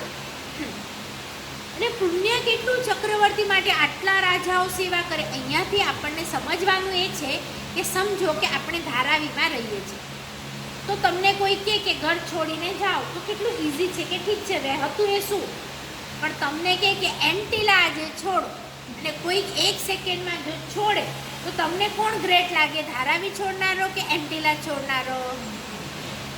તો આવી રીતે બીજા પણ લે, પણ આ જે ચક્રવર્તી છે, જે તીર્થંકર બન્યા છે, એટલે તીર્થંકર બનતી વખતે શું છોડ્યું છે પહેલાં? જો મહાવીરનું પુણ્ય એટલું નથી, અગલા ભાવમાં ચક્રવર્તી બન્યા છે, પણ આ ભાવમાં ચક્રવર્તી બન્યા છે એક રાજા છે, પણ આ લોકો તો ચક્રવર્તી એટલે આખું ભરત ક્ષેત્ર એમની અંડરમાં છે અને એને 1 સેકન્ડમાં છોડવું એટલે તમને ક્યાં કઈ ક્વોલિટી ઉપર બહુમાન કરવાનું? મલ્લીનાથની કઈ ક્વોલિટી ઉપર કરવાનું છે? એક દિવસમાં કેવળ જ્ઞાન. અને આ 3 પ્રભુમાં શું કરવાનું છે બહુમાન? કે ચક્રવર્તી પણ છોડી અને દીક્ષા લીધી. બીજા બધા કઈ ચક્રવર્તી નથી. તો તીર્થંકર તો આમ તો જાય નહીં, પણ છોડવાની વાત છે કે આ તો ઠીક છે એક ઇઝી, પણ આપણે પણ જો દીક્ષામાં ઘણા લોકો નોર્મલ લેશે તો એટલો પ્રભાવ નહીં પડે, પણ હમણાં પણ કોઈક એક રાજસ્થાનના કરોડપતિ હતા ને છોડ્યું તો કેટલું પેપરમાં આવ્યું ને લોકોમાં પણ વાતો. કેમ? બીજા પણ તો લોકો દીક્ષા લે છે, પણ આટલું બધું હોય અને છોડવું એ મોટી વાત છે. એના પછી આપણે જોઈશું આ 3ના પતે છે, એના પછી આપણે શાંતિનાથ ભગવાનનું જોયું, એમાં એમના ભવો આપેલા છે આગળના, એ થોડુંક જોઈએ, કારણ કે આપણે હંમેશા શાસ્ત્ર વગેરે કયા ભગવાનની બનાવીએ છીએ? શાંતિનાથ. તો શા માટે? એનો કોઈ જવાબ આપશે શાંતિનાથનો? આપણે તમે લો ને શાસ્ત્ર તો કયા ભગવાન હોય એમાં? તો 24 ભગવાન છે, તો કેમ શાંતિનાથ પ્રભુની શાસ્ત્ર?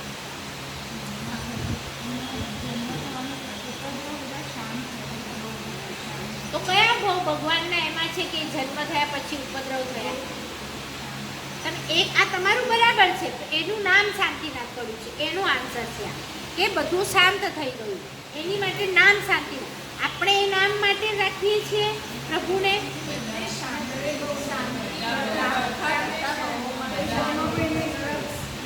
શું બોલો? બધા ભાવમાં શું? અને બોલો તમારો જવાબ એમ છે. તમારો મલ્લીનાથના ભાવો શું છે? તો પછી મલ્લીનાથના શું ભાવ ઉતરતા આવ્યા ક્યાંય? પાર્શ્વનાથના ઉતરતા હતા? તો પછી બીજા કોણે હિંસા કરી? મહાવીરની હિંસા આવી, મલ્લીનાથની આવી?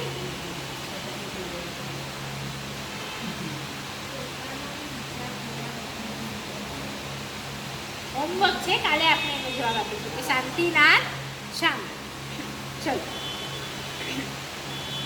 હવે આ તમે સાંભળો. શાંતિનાથમાં આપણે જોઈએ 12 ભાવથી પહેલાની વાત કરું છું. 12 ભાવમાં પહેલો વાત કરું છું. તો પહેલા ભાવમાં જંબુ ભરતમાં રાજા હતા શ્રીસેન નામે, ત્યાં સમ્યક્ત્વ પામ્યા છે. પહેલા ભાવમાં સમ્યક્ત્વ સહિત 12 વ્રતની આરાધના કરી. તો બીજા ભાવમાં પુણ્ય છે તો યુગલિક થયા છે. કોણ થયા છે? યુગલિક. યુગલિક ક્યાં જાય? દેવલોક. એટલે ત્રીજો ભાવ એમનો ક્યાં છે? દેવલોક. તો દેવલોકમાં ગયા. ચોથા ભાવમાં એ દેવલોકથી નીકળે છે તો વિદ્યાધર ચક્રવર્તી રાજા થયા. આમના જીવનમાં ચક્રવર્તી પણ કેટલી વાર આવ્યું? તો પછી ખ્યાલ આવ્યું? વિદ્યાધર ચક્રવર્તી રાજા થયા. એમણે કોઈક વાર અચલ કેવડી, હવે એ જ્યારે ચક્રવર્તી હતા, રાજા હતા, તો એ ત્યાં છે ને એક કેવડી હતા, અચલ નામના કેવડી. દેશના થઈ હતી એમની કેવડીની. તો ત્યાં જાય છે અને એમને શું પૂછે છે? એમને ખબર પડી કે આ કેવલી છે. આપણને ખબર પડે કે કોઈક કેવલી આવ્યા છે ને બધાને એક ચાન્સ મળે તો એક પ્રશ્ન પૂછો. આપણે શું પૂછીએ?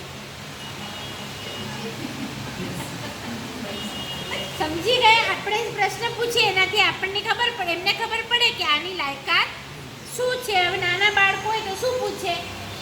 એમને જે ફેવરેટ હોય, ખાવાનું ગમતું હોય કે ફરવાનું હોય, તો હું ક્યારે જઈશ? આપણે પણ એવું કહી કે પૂછીએ મારા ઘરનું કે વરનું કે કંઈ બી એવું. પણ આ શું પૂછે છે કે હું ભવી છું કે અભવી?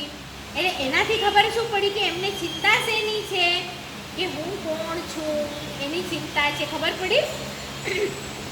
આવી રીતે પૂછે છે અને કેવડી કહ્યું કે 9મા ભાવમાં તમે 16મા શાંતિનાથ નામે તીર્થંકર થશો, અંતે સંયમ સ્વીકારી ચારિત્ર પાડી અને તમે આવી રીતે થશો, એ બધું એમણે કીધું છે. એટલે આપણે હમણાં આગળના ભાવ નથી લેતા.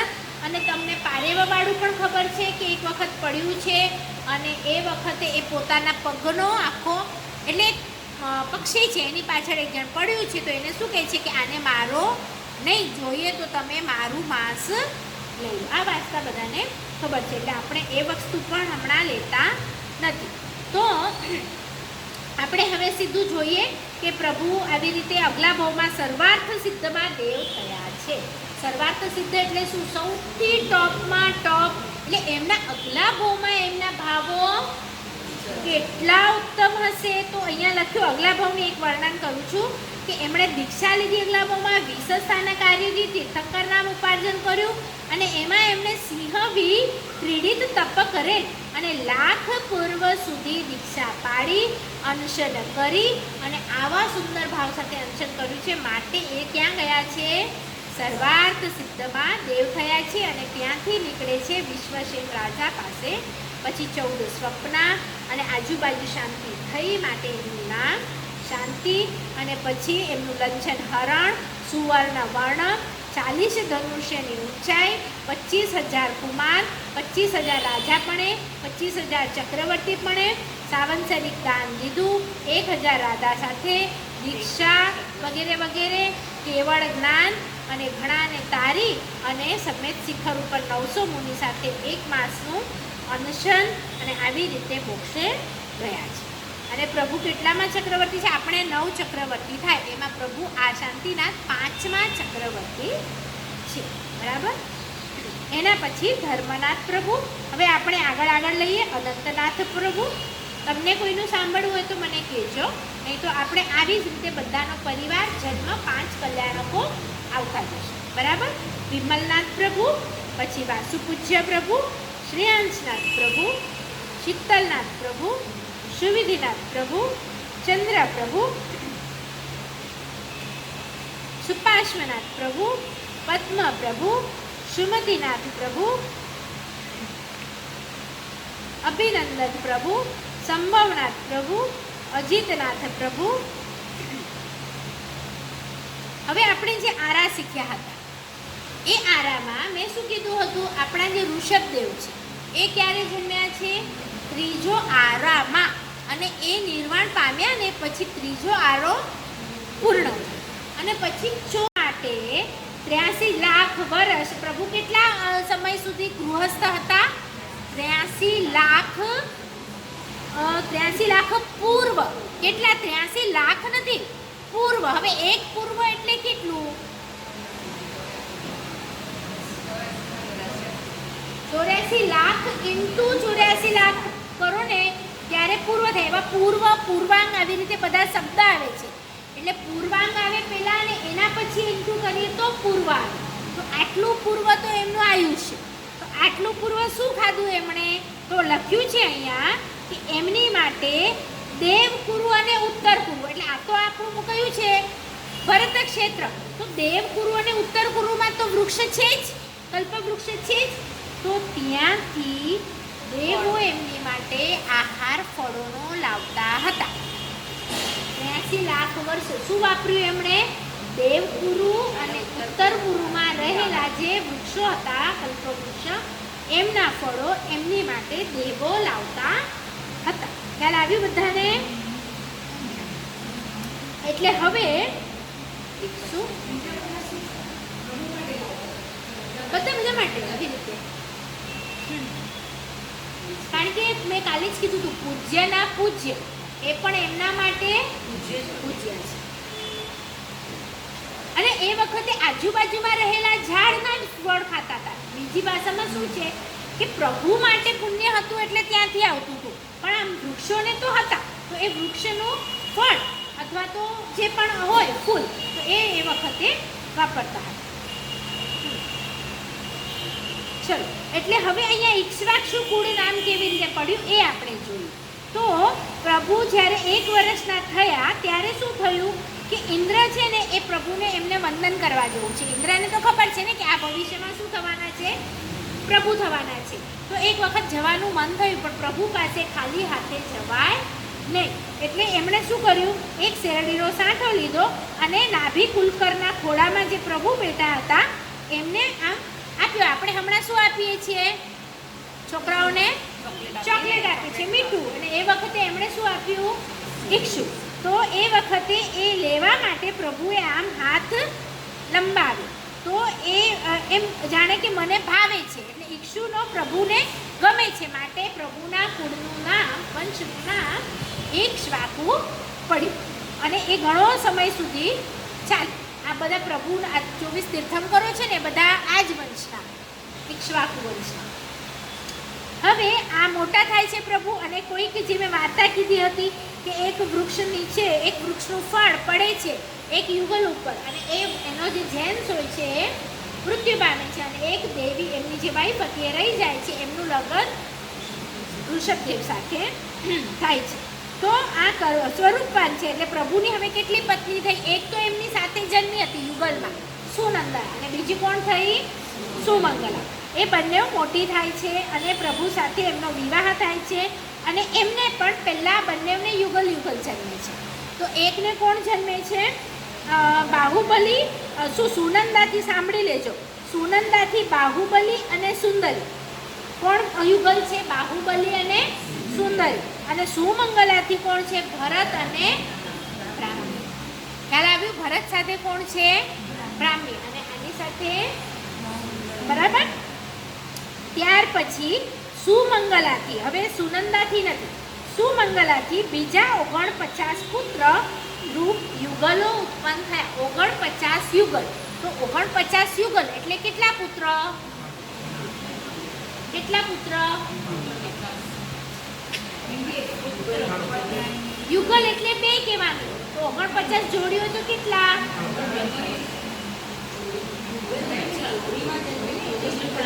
એ પુત્ર પુત્રી નથી જન્મ્યા, 2 ભાઈઓ. એવી રીતે 98 છોકરા, બરાબર. અને 2 કયા છે? પહેલા યુગલમાં જન્મ્યા છે, ભરતને અને આ. તો ટોટલ છોકરાઓ પૂછે તો કેટલા કહેવાના? 100. અને છોકરીઓ કેવી રીતે ખબર પડી? 49. 2 છોકરાઓ જન્મ્યા છે. એ પણ કોને જન્મ્યા છે? સુમંગલાને. અને સુનંદાને શું જન્મ્યું છે? એક યુગલ, યુગલિકની જેમ યુગલ, એટલે સ્ત્રી અને પુરુષ.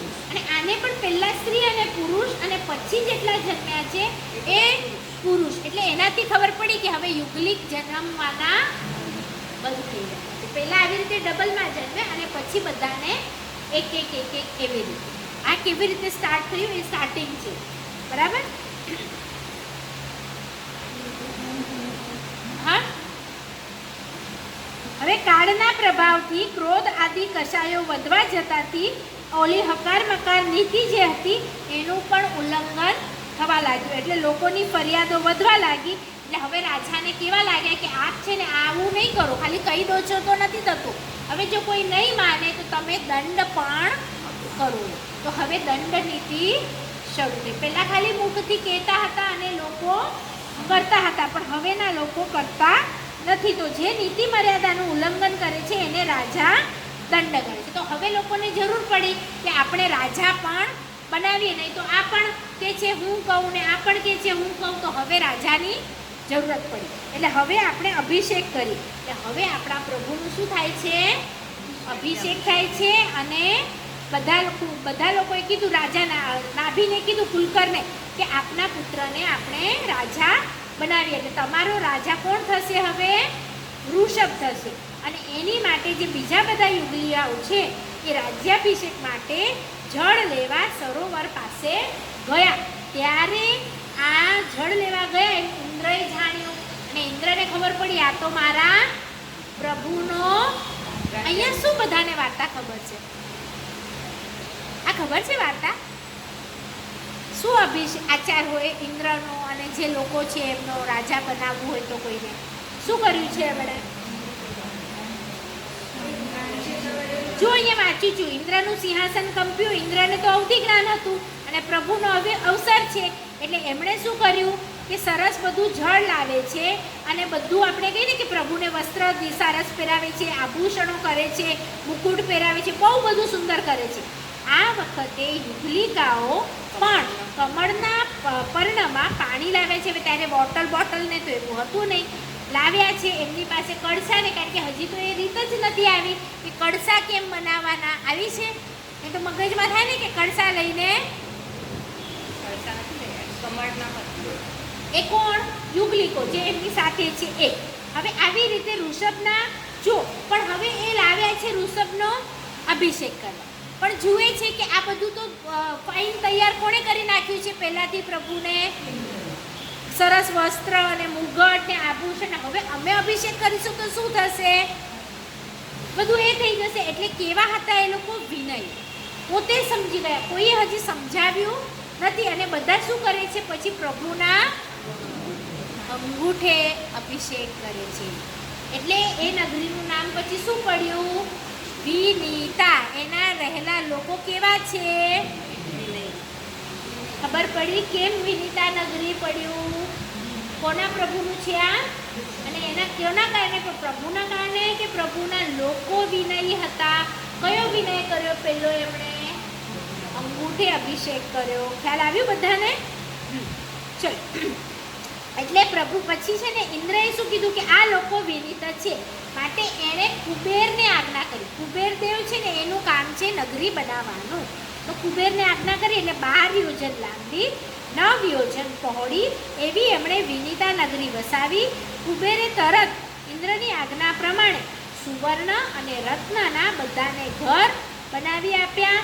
હાથી ઘોડા ત્યાં બધું લઈ આવ્યા કે આ લોકો હવે આવી રીતે, હવે લોકોને તો ખબર નથી એટલે પછી હવે બધા રાજાને પૂછે છે કે આને કેવી રીતે કરવાનું, શું ખાઈએ, શું વાપરીએ, કેવી. એટલે પ્રભુ પછી બધાને શું કરે છે, કળા શીખવાડે છે.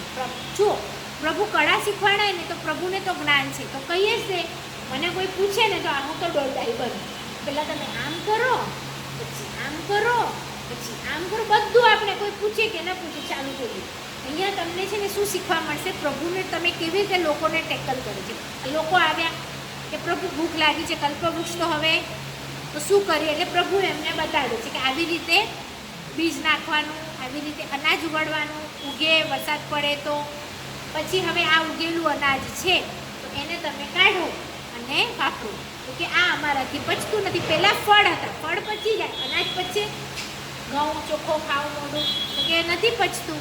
તો પ્રભુ કે છે ત્યારે જ બધું બતાડી શકે ને, પહેલી વખતમાં જરૂર હશે તો આવશે. હું શું કરવા હિંસાના રસ્તા વધારે બતાડું.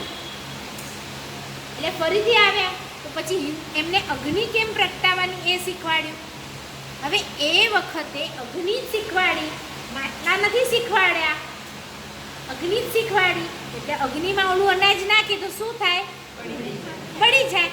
એટલે એ લોકો ડરતા ડરતા આવે છે કે અમને પણ આમ કંઈક વાગે છે, અમે નાખીએ છીએ ને એ જ બધું અનાજ ખાઈ જાય છે, અમને તો કંઈ તો રાક્ષસ છે. એટલે હવે પ્રભુ શું કહે છે કે આવી રીતે આ માટી લો, એને મિક્સ કરો, તમે બનાવો, પણ એ કાચું બનશે. અને તમે જે અગ્નિ શીખ્યા છો એમાં તમે આ માટલું પાકું કરો. અને એમાં એ વસ્તુ, એટલે એક પૂછવા આવે ફરીથી, એક પૂછવા આવે ફરીથી, કે એટલે ઉપયોગ મૂકે છે. શેનો ઉપયોગ મૂકે છે, તો એમને તો જ્યારે કેવળ જ્ઞાન થયું તો કહીને જાય ને કે ઇલેક્ટ્રિસિટી આવી રીતે બને, મોબાઈલ આવી રીતે બને, બતાવ્યું હિંસાના સાધન.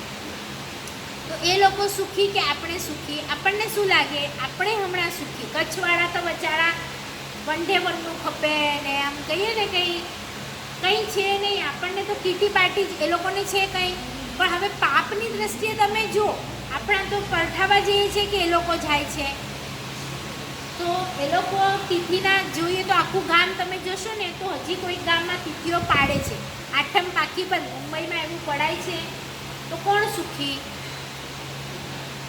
પણ આપણે તો કોઈક આપણને પૂછે ને, આપણને ખબર પડે કે સમજો આમનો છોકરો હવે પેકેજમાં એટલે કમાઈ ડિગ્રી આવી ગઈ છે, એટલે એક જણાવશે કે તમે આ ટ્રાય કર્યું, આમાં કરો, પછી આ છે ને આ બધું રસ્તો આમ જવાય, અહીંયા આમ. હવે તમે છે ને એ જે તમારા લીધે જો એને જોબ કર્યું ને જેટલી હિંસા કરી, જે પેકેજ મળ્યું એ પેકેજથી એ જે હિંસા કરીને પોતાનું નિર્વાહ કરશે, એમાં બધું આપણને લાગે છે. છે એ વિચાર આવે છે ત્યારે ખોટું.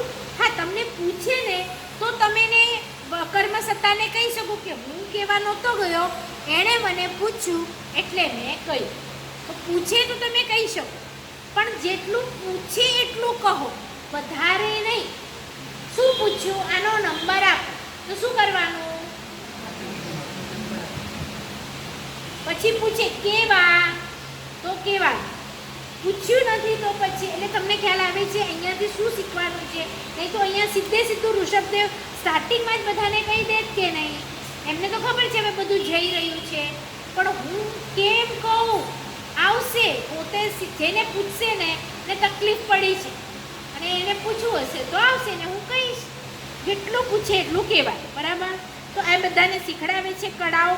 હવે આપણને તો છે ને કળાના નામ પણ આવડતા નથી. અને હા, આ લાઈન આવે ને તો બધા લોકો સહજતાથી કહી દે કે પુરુષની કેટલી કળા બતાડી, સ્ત્રીની કેટલી બતાડી, કોની કોની છે. બંનેમાં આંકડો આવ્યો મારી પાસે. કોની કેટલી? જો 72 છે પુરુષની. કેટલી?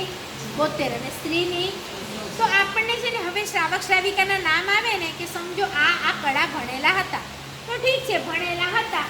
ને બીજા કોઈને પત્રિકામાં આવે કે આ ભણેલા છે તો ઠીક છે, આપણે એક કોંગ્રેચ્યુલેશનનો મેસેજ નાખીએ એટલે થાય પૂરું. પણ હું તમને કહું કે નેક્સ્ટ પર્યુષણ સુધી છે ને આમાંથી કોઈ પણ 2 કલામાં ખાલી પારંગત થજો. કલા જાણવી અને એમાં પારંગત થવું બંને અલગ અલગ છે. તમે શ્રીપાળ મહેણાનું જાણો છો કે મહેણા આ કળામાં પારંગત હતા. તો કોઈક વસ્તુમાં પારંગત થવા માટે કેટલો સમય લાગે? 1-2 વર્ષમાં પારંગત થઈ જવાય? કે ભોગ કેટલો આપવો પડે, સાધના કેટલી કરવી પડે? એટલે ક્યાંક તમને શ્રાવકમાં આવે કે આ 10 કળામાં પારંગત હતા તો ત્યાં તમને શું થવું જોઈએ? કે એક કળા, હું તમને કહું ને કે તમે હમણાં ઘોડે સવારી શીખો તો ક્યારે તમે પહેલા દિવસે બેસી જશો પણ પારંગત ક્યારે થશો? તો આવી રીતે જો તમને આ બધી કળામાં પારંગત થવું હોય તો કેટલો ભોગ આપવો પડે? તમે ગીત લો, મ્યુઝિક લો, કોઈ પણ. તો અહીંયા જે નામ આપ્યા છે ને તો પુરુષની અલગ બતાડી, સ્ત્રીની અલગ બતાડી. તો કેમ પુરુષવાળી કળા સ્ત્રીને નહીં બતાડી? આપણે તો આજે નીકળી પડીએ છીએ ને કામ માટે, તો વ્યવસાયનું કોને બતાડ્યું છે? તમને ખબર પડે છે એટલે આપણે સીધી કોની અસાધના કરવા જઈ રહ્યા છીએ?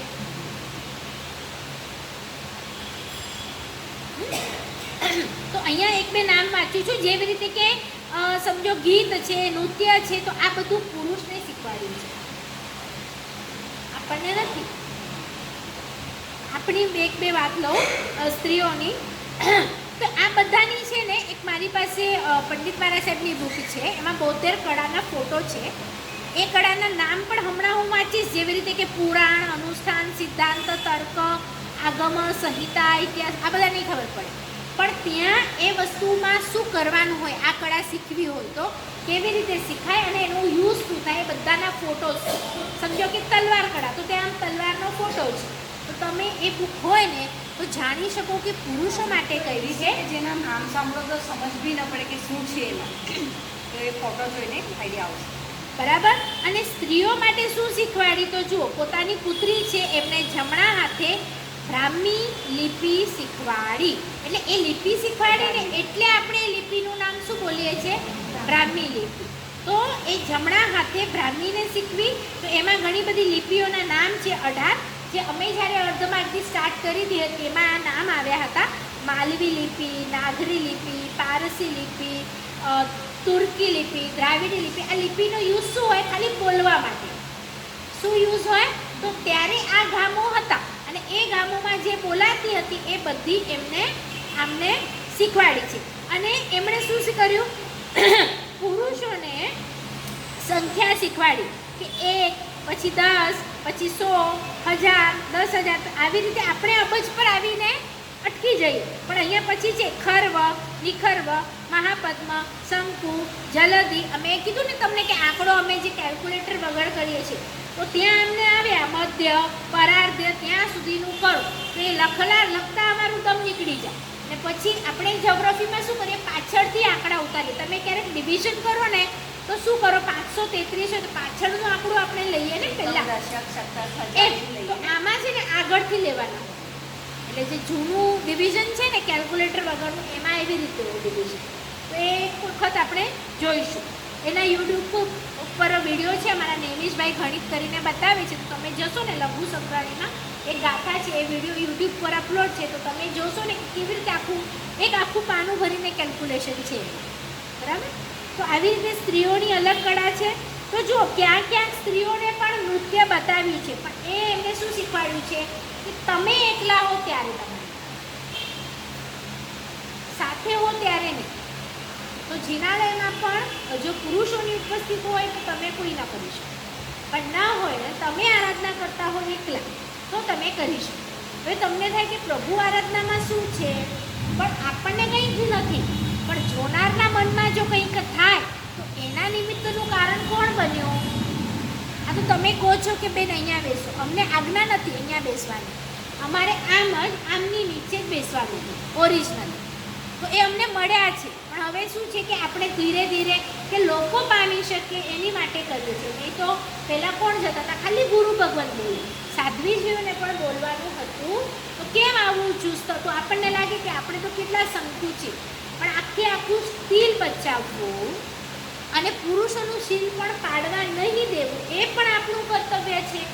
અને સ્ત્રી સજે તો ખાલી અને ખાલી પોતાના પુરુષ માટે સજશે, અને એ પણ બંધ બાળને સજશે, લોકો માટે નહીં. લોકો માટે તો પેલા સોરોને તો ખબર પણ ન હોય કે પોતાની વહુનું મોઢું કેવું છે, કેમ પેલા એટલી આજ્ઞા એ લોકો રાખતા હતા ને. તો એની માટે આ બધી લિપિઓ અહીંયા બતાડી છે, આપણને જાણવી જરૂરી છે. પણ 64 નામ છે એટલે આપણે હમણાં લેતા નથી.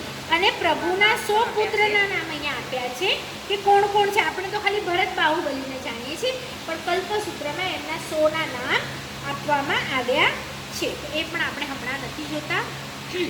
એવી જ રીતે પ્રભુને એ લોકોને કયા કયા રાજ્ય આપ્યા છે, એ રાજ્યના નામ પણ પ્રભુએ અહીંયા આપ્યા છે, પણ એ પણ આપણે નથી લેતા. પણ તે છતાં પણ કોઈક જો યંગસ્ટર હોય તો એમને આપણે સમજાવીએ કે જો એ વખતે પ્રભુએ જે દેશો છોકરાઓને સોંપ્યા ને એના નામ તમે સાંભળો એટલે ક્યાં સુધી પ્રભુનું શાસન હતું. તો હું નામ વાંચું છું. કર્ણાટ એટલે આપણું કયું, કર્ણાટ નથી સાહેબ, સૌરાષ્ટ્ર, કાશ્મીર, ગુર્જર, બંગાળ, શ્રીમાળ, નેપાળ, જહાલ, કૌશલ, માલવ, પછી સિંહલ એટલે હમણાંનું શ્રીલંકા, મરુસર. આવી રીતે આ બધા આપણા રાજ્ય હતા. પછી ધીરે ધીરે મહાચીન પણ આવે છે. હા, ચીણ છે, મહાચીણ છે, બધું છે. તો આ બધા આપણા ત્યારે પ્રભુએ પોતાના 100 પુત્રને આ સોંપ્યું છે. હવે આપણે બધું તત્વથી જોઈશું. આટલા સુધી બધાને ખબર પડી. યુગલિકથી એ લોકો હવે રાજ્ય વેચાય છે. પહેલાં આવું કંઈ હતું નહીં. હવે ફર્સ્ટ ટાઈમ આવું રાજા બન્યા છે, બધાને સોંપાયું છે. હવે શું પ્રોબ્લેમ થાય છે એ જોયું. પ્રભુને તો લોકો કેવા આવ્યા કે ભાઈ હવે આપણે બધાને કળાઓ પણ શીખવી દીધી, અને ઉપરથી કયા લોકો આવ્યા વિનંતી કરવા? લોકાંતિક દેવ જે કાલે વીર પ્રભુને આવ્યા હતા. એમનું કામ આવી રીતે દીક્ષા માટે હવે ધર્મતીર્થ પ્રવર્તાવો એવું કહેવાનું છે. અને એ લોકો આવ્યા, પ્રભુએ જાણ્યું, એમના માટે ઓલી શિબિકા તૈયાર થઈ, એમાં પ્રભુજી બેઠા, એમની સાથે મનુષ્ય, દેવો, અસુરો બધા ચાલ્યા, અને બધા એક જગ્યા સિદ્ધાર્થ નામે ઉદ્યાનમાં અશોક નામે શ્રેષ્ઠ વૃક્ષ હતું ત્યાં આવ્યા. ત્યાં શિબિકામાંથી ઉતરી વસ્ત્ર અલંકારો ઉતારી પ્રભુ પોતે 4 મુષ્ટિનો લોચ કર્યો. બીજા બધાએ કેટલો કર્યો છે? એમને કોણે ના પાડી 5મી કરવાની? નથી ખબર. 4 કરીને તો 1 લટ રહી ગઈ. તો હવે એમને શું કહે છે ઇન્દ્ર મહારાજા કે આનંદ પામેલા ઇન્દ્રે વિનંતી કરી કે પ્રભુ આટલા કેસ રહેવા દો. ખૂબ ખુશ હતા, અને આપ આ લટથી હમણાં શોભી રહ્યા છો. મુખ કેવું છે? સુવર્ણ છે, અને જાણે એના ઉપર આ લટ શોભી રહી છે. એટલે પ્રભુએ એની ઇન્દ્રની વિનંતીથી 5મી મુષ્ટિનો લોચ કર્યા વિના 4 લોચવાળા બન્યા. આ તમે મૂર્તિ જોશો ને, એક લોચવાળું. તમે જ્યારે શિખરજીથી રિટર્ન આવશો મુંબઈ ત્યારે એક જે એન્ડિંગ ઉપર આપણને લઈ જાય છે ટૂરવાળા, નામ હું ભૂલી ગઈ, કુંડ ગ્રામ કેવું કંઈક છે. તો ત્યાં છે ને એ ઋષભદેવની મૂર્તિમાં એક લટ આવી રીતે મૂકવામાં શિખા આવી છે. કુંડલ ગ્રામ કેવું કંઈક છે, મને બરાબર ઉપસ્થિત નથી. લાસ્ટ દિવસ આપણે ત્યાંથી પછી ટ્રેન અથવા તો ફ્લાઇટ પકડીએ છીએ. હું નામ હવે ભૂલી ગઈ. કુંડલ ગ્રામ એવું કંઈક યાદ છે, મને યાદ નથી, જોઈ આવીશ શું છે. એ છેલ્લે આવે ને કાં તો તમે ત્યાંથી સ્ટાર્ટ કરો જર્ની, તો કાં પછી ફર્સ્ટ ડે આવે. એ તમારું કેવી રીતે રૂટ છે ને એના ઉપર આધાર રાખે. ત્યાં એક મૂર્તિ આપણે છે, બરોબર. ચલો હવે શું થાય છે, પ્રભુ સાથે ઘણા બધા આપણા રાજા જો દીક્ષા લે તો અમારે બધાએ પણ ભેગી દીક્ષા લેવી છે એવું આપણને હમણાં બધા લોકો નક્કી કરે છે. તો શું થયું, રાજા તરીકે એમણે ઓલી બધું શીખવાડ્યું છે, પણ આની તો હજી ધર્મની શરૂઆત નથી થઈ. કોઈએ કોઈ દીક્ષાના વ્યાખ્યાન નથી આપ્યા કે બુક્સ નથી. તો બીજા બધા તો શેની માટે, એટલે આમ સરળ છે જીવો કે આપણા રાજા જો આ બધું છોડીને જો જાય છે તો પછી આપણે પણ મહાવીર પ્રભુમાં ગયું કોઈ એવું? એમણે તો પાર્શ્વનાથ પ્રભુના શાસનનું બધું ખબર હતી લોકોને, તે છતાં પણ ગયા ને આ લોકોને નથી ખબર તો પણ જાય છે. એટલે તમે સમજ્યા લોકો કેવા છે. અને પછી ગયા તો લોકો પૂછે છે, હવે પ્રભુનો આચાર શું છે કે જો આત્માનું હિત હોય ને તો કહું. હવે ખાવામાં આત્માનું હિત છે, ખાવામાં આત્માનું હિત છે તો કહેતા જ નથી. લોકો પૂછે છે કે પ્રભુ શું કરીએ, તો એ લોકો થોડાક દિવસ રાહ જોવે છે કે જો પ્રભુ કોઈક રીતે વાપરે તો અમે પણ એ રીતે વાપરીએ. હવે જાય છે, સમજો તમારા ઘરે આવ્યા, તમને ખબર છે કે આ પ્રભુ છે ને પ્રભુ તો કોણ હતા, રાજા હતા, ને રાજાને પછી ખાવાનું અપાય. મારા ઘરે આવે તો હું શું આપું એને? કોઈક હીરા આપે, કોઈક સોનું આપે, કોઈ મોતી આપે, કોઈક સારી સારી વસ્તુ આપે, કોઈક તો પોતાની કન્યા આપે. કારણ કે હમણાં સુધી જોયેલું શું હતું કે રાજાને શું કરાય, પોતાની કન્યા અપાય ને લઈ જાય તો કેટલા ખુશ થાય. કન્યા જો રાજા લઈ જાય તો બધા પોતાની દીકરી આપે. તો હવે રાજા શું બોરાવે, ખાતા જ નથી. કાં પછી ત્યાં પાણી ઢોળેલું હોય, ખાવાના જેવું મળવાનું હોય આહાર. તો આ બધું કેમ થયું આવું પ્રભુ સાથે? આગળના ભાવનો તો બધાને ખબર છે શું કર્યું હતું આગળના ભાવમાં પ્રભુએ. આ બસ વણમાંગી સલાહ આપી હતી. કોઈક ખેડૂતના બળદો હતા, એ આવી રીતે ઘાણીમાં, એટલે નીચે છે ને અનાજ હોય, એના ઉપર એ બળદો ચાલે એટલે પીસાય, અને એ પીસાય એમાંથી તેલ નીકળે. તો આવી રીતે કંઈક હતું ઘાણીને. તો એ ખેડૂત કે આ તો ઘડી એમાં મોઢું નાખી દે છે તો મારું તો અનાજ ઓછું થઈ જાય છે. તો પછી શું કહે છે કે જો ઉપાય એને માર નહીં, એક હોય છે દયાળુ, તો શું કહે છે માર નહીં, અને મારવાના બદલે એમના મોઢા ઉપર તું બાંધી દે છે. પછી કહેવાનું ભૂલી ગયા કે તારું કામ પતી જાય તો આ કોને લાગ્યું? એણે તો બાંધ્યું પણ નથી, ખાલી કીધું છે. અને કેટલો ટાઈમ એમને આહાર નહીં મળ્યો, ઓલા 12 કલાક. સમજો કે સવારના બાંધી દીધું 7 વાગે, તો 7 વાગ્યા સુધી આહાર મળ્યું નથી. તો આ 12 કલાક એમને આ 12 મહિના આવી રીતે 400 દિવસના એમના ઉપવાસ થયા, પણ કોઈ ઉચિત આહાર આપતું નથી. ખ્યાલ આવ્યું?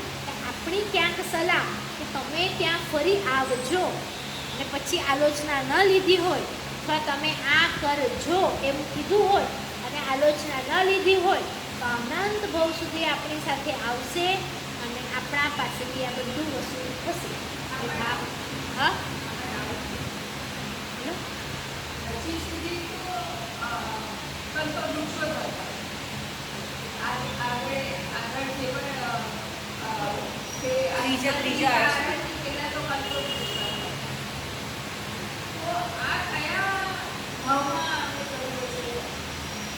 આરામાં જન્મ્યા નહીં, આગળમાં જેમાં મનુષ્ય હતા એવામાં. આગળનો પૂર્વ ભાવ છે ને એમનો, આ ભાવ તો નથી. આ વાત છે ને ઘણો પૂર્વ ભાવ પહેલાની છે. જ્યારે આપણું હમણાં 5મો આરો ચાલે છે ને, હા એવી રીતે એમાં મનુષ્યપણાની વાત છે. હવે કેમ આવો સવાલ થયો? કારણ કે આપણને ખબર પડે છે ને એમનો સવાલ એકદમ બરાબર છે કે હમણાં તો નથી, એટલે આ ભાવનું નથી, આ આગળના ભાવનું છે ને, આપણા જેવું. સમજો કે હમણાં જેમ ભરત છે, આમાં બધું ડિટેલ છે. તો હું વાંચ્યું, આ પકડવા છે. એટલે મેં એવું જ આમાં લખેલું છે કે ક્યાં જન્મ્યા છે અને કેવો આવ્યો. હા, આ તો હમણાં અહીંયાનું, પણ એનાથી પહેલાં હવે આગળની વાતમાં આપણે જોયું ને કે ઓલા પ્રભુને પૂછે છે તો કેવલી છે, પણ એ કયા કેવલી હશે? હવે તમે વીર પ્રભુનું પણ ચરિત્ર જુઓ. જ્યારે નૈસાર છે તો આગળના પ્રભુ, તો આગળના બધા જે તીર્થંકરો થઈ ગયા ને જૂની ચોવીસી, એમનાથી આ ચોવીસી પામી છે. એટલે આપણે એમનો બહુમાન રૂપે 3 ચોવીસીના નામ લઈએ છીએ. અને ઋષભદેવ પ્રભુએ પણ નિષ્ઠાને તપ કર્યું હશે ને, તો એ તો એમના આગળના ત્રીજે પગે કર્યું હશે. તો પછી એનાથી પહેલાની વાત છે આ. તો ખ્યાલ આવ્યો? એટલે આવા સવાલ થવા જોઈએ, પછી તમને જવાબ મળશે.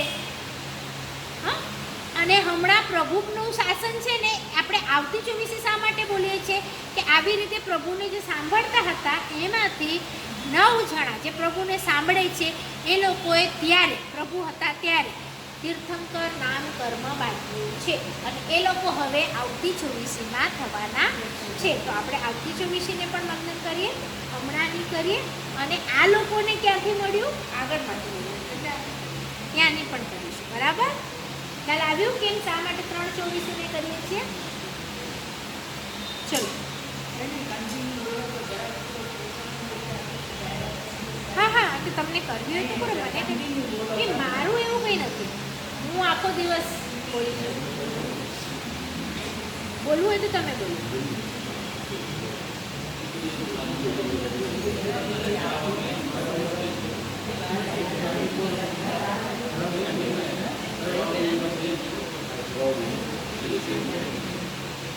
છેલ્લે જ કરજો. ભલે. તો પછી હવે આ લોકોને આહાર નથી મળતો, એટલે આ લોકોનું એવું સંગ્રહ નથી. પ્રભુનું તો સરસ છે. તો આ લોકો પછી ધીરે ધીરે પોતાને જે યોગ્ય લાગે છે, જ્યાં પાણી મળે છે, જ્યાં ખોરાક મળે છે, ત્યાંથી લેવાનું શરૂ કર્યું. તો આવી રીતે તાપસો ઉદયમાં આવ્યા. તાપસો કેવી રીતે ઉદયમાં આવ્યા? આજે લીધી હતી દીક્ષા ઓરિજિનલી પ્રભુ પાસે, પણ એમને ખબર નથી પડતી શું કરવું. એટલે પછી સમજો કોઈ કે ફળ આપ્યા, કોઈ કે ખાવાનું આપ્યું, પાણી આપ્યું, કપડાં આપ્યા, તો એ લોકોએ ઓરેન્જ કપડાં લીધા વગેરે વગેરે એ લોકો વાપરવા લાગ્યા. પછી કોઈ ચપ્પલ પણ પોતાની જેની જેવી સમજ એવી રીતે બધા અલગ અલગ થવા લાગ્યા. બરાબર? પણ હજી પણ ફોલો તો પ્રભુને કરે છે કે એ ક્યારે શું કરશે એ એને આપણે જોઈએ. ખ્યાલ આવે છે? શું કરે છે? ફોલો પ્રભુને કે શું કરે છે, પણ પોતાથી ભૂખ્યું રહેવાતું નથી એટલે વાપરી લે છે. તો આવી રીતે એ લોકો બધા તાપસો બની ગયા. અને તાપસ હોય ને ફળ ફૂલ ક્યાં મળે વધારે? કોઈક કિનારો હોય, જંગલ હોય, તો એવી રીતે એ લોકો પછી જંગલમાં વસવા લાગે કે ફળ નીકળી આવે, ફૂલ મળી આવે. તો પ્રભુનું સ્મરણ જ કરે છે હજી તો આ લોકો જટાધારી થયા છે. હવે નમી અને વિનમી અને નામના કચ્છ અને મહાકચ્છના 2 પુત્રો છે. આ કચ્છ અને મહાકચ્છ પ્રભુના પુત્રો છે. એમના પુત્રો કોણ છે? નમી અને વિનમી. તો જ્યારે પ્રભુએ બધાને દેશો આપ્યા ત્યારે એ નાનાણા ગયા.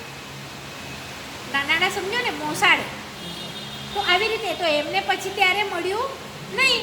તો હવે જોઈએ છે કે અમારા તો બધા જે પપ્પાના છોકરાઓ છે, 99ના પુત્રો, એ તો બધાને પ્રભુએ ગામ આપ્યા અને બધું સેટલ થઈ ગયું. હવે અમને તો જોઈએ છે, તો કોની પાસે જઈએ? કોઈ છે નહીં. તો પ્રભુની પાછળ પાછળ ફરે છે કે એમને હવે કંઈ ખબર નથી ને કે આ દીક્ષિત છે કે અમને નહીં આપે કે કંઈ ખબર નથી. એટલે એમની પાછળ પાછળ ફરે છે. તો હવે એ પાછળ પાછળ ફરે છે ત્યારે શું થાય છે? ભરત પાસે આવે છે. તો ભરત શું કહે છે? પોતાનામાંથી એમનો ભાગ આપે છે. તો ભરત તો રાજા છે, ચક્રવર્તી, એમને બધું રાજ સોંપી ગયા છે. તો એ શું કહે છે કે આ તો તમે તમારામાંથી આપો છો, અમારા માટે પ્રભુએ કંઈ રાખ્યું છે? તો કે ના. તો પછી શું કરે છે? પ્રભુ તો મૌન હતા, એમની પાછળ પાછળ ફરે છે કે તમે અમને પ્રભુ તમે આપો. તો એ શું કરે છે? ફરે છે ત્યારે જુએ છે કે આ તો પ્રભુને છે ને ડાસ હેરાન કરી રહ્યા છે, મચ્છર હેરાન કરી રહ્યા છે, કાયોત્સર્ગમાં ઊભા છે. તો એમને ઉડાડવાનો પ્રયત્ન કરે છે કે અહીંયા પ્રભુ ચાલે છે. હજી તો નીચે ઓલા આવ્યા નથી ને કમળ, કારણ કે પ્રભુનું તો હવે હજી ઓલું કર્યું છે. તો આ તો પ્રભુની સાથે જ એમણે દીક્ષા લીધી છે, એ લોકો સાથે ફરશે. કેવળ જ્ઞાન હજી નથી થયું, નહીં તો શું રચાય એમના પગ નીચે? તો એમનો રસ્તો પણ સાફ કરે, કાંટા દૂર કરે, લાકડા દૂર કરે, પથ્થર દૂર કરે, નમસ્કાર કરે રોજે. તો હવે પ્રભુ તો કંઈ કહેતા નથી, પણ ઇન્દ્ર ખુશ થાય છે કે તમે આટલી બધી સેવા કરી તો એનાથી ખુશ થઈ અને શું કરે છે, મેં શું કીધું તું બધી જગ્યાઓ કોની હોય, ઇન્દ્રની હોય ને. તો હવે શું કરે છે, આ ઇન્દ્ર શું કરે છે, એમને ખુશ થાય છે અને કહે છે કે આ પ્રભુ છે ને એ તો એમની તમે ભક્તિ કરી તો હું પ્રસન્ન થયો છું. આ હમણાં વૈરાગી છે, એ તમને કંઈ પણ આપી શકશે નહીં, માટે એમની પાસેથી માંગો નહીં. હું તમને 48,000 વિદ્યા આપું છું. કેટલી? 48,000 વિદ્યા આપું છું. અને આ કોણ બોલે છે? ધર્મેન્દ્ર દેવ. હવે ધર્મેન્દ્ર એટલે એક દેવનો પ્રકાર છે. તમે જે ધર્મેન્દ્ર સમજો છો એ આ દેવપણામાં પ્રગટ થયા છે. આ જે દેવની જાતિ છે ને, એટલે ધર્મેન્દ્ર એક દેવની જાતિ છે. તો અહીંયા બી ધર્મેન્દ્ર આવ્યો એટલે તમને થવું જોઈએ ઓલા ધર્મેન્દ્ર તો પાર્શ્વનાથના સમયમાં હતા. તો આ એક કેટેગરી છે કે એમપી, તો એક પદ છે. તો એ કોઈ પણ તમે આરામાં તો કોઈક એમપી તો હોય જ, એમ ધર્મેન્દ્ર છે. તો આ 48,000 વિદ્યા આપી, ગોરી ગાંધારી રોહિણી પ્રગ્રપ્તિ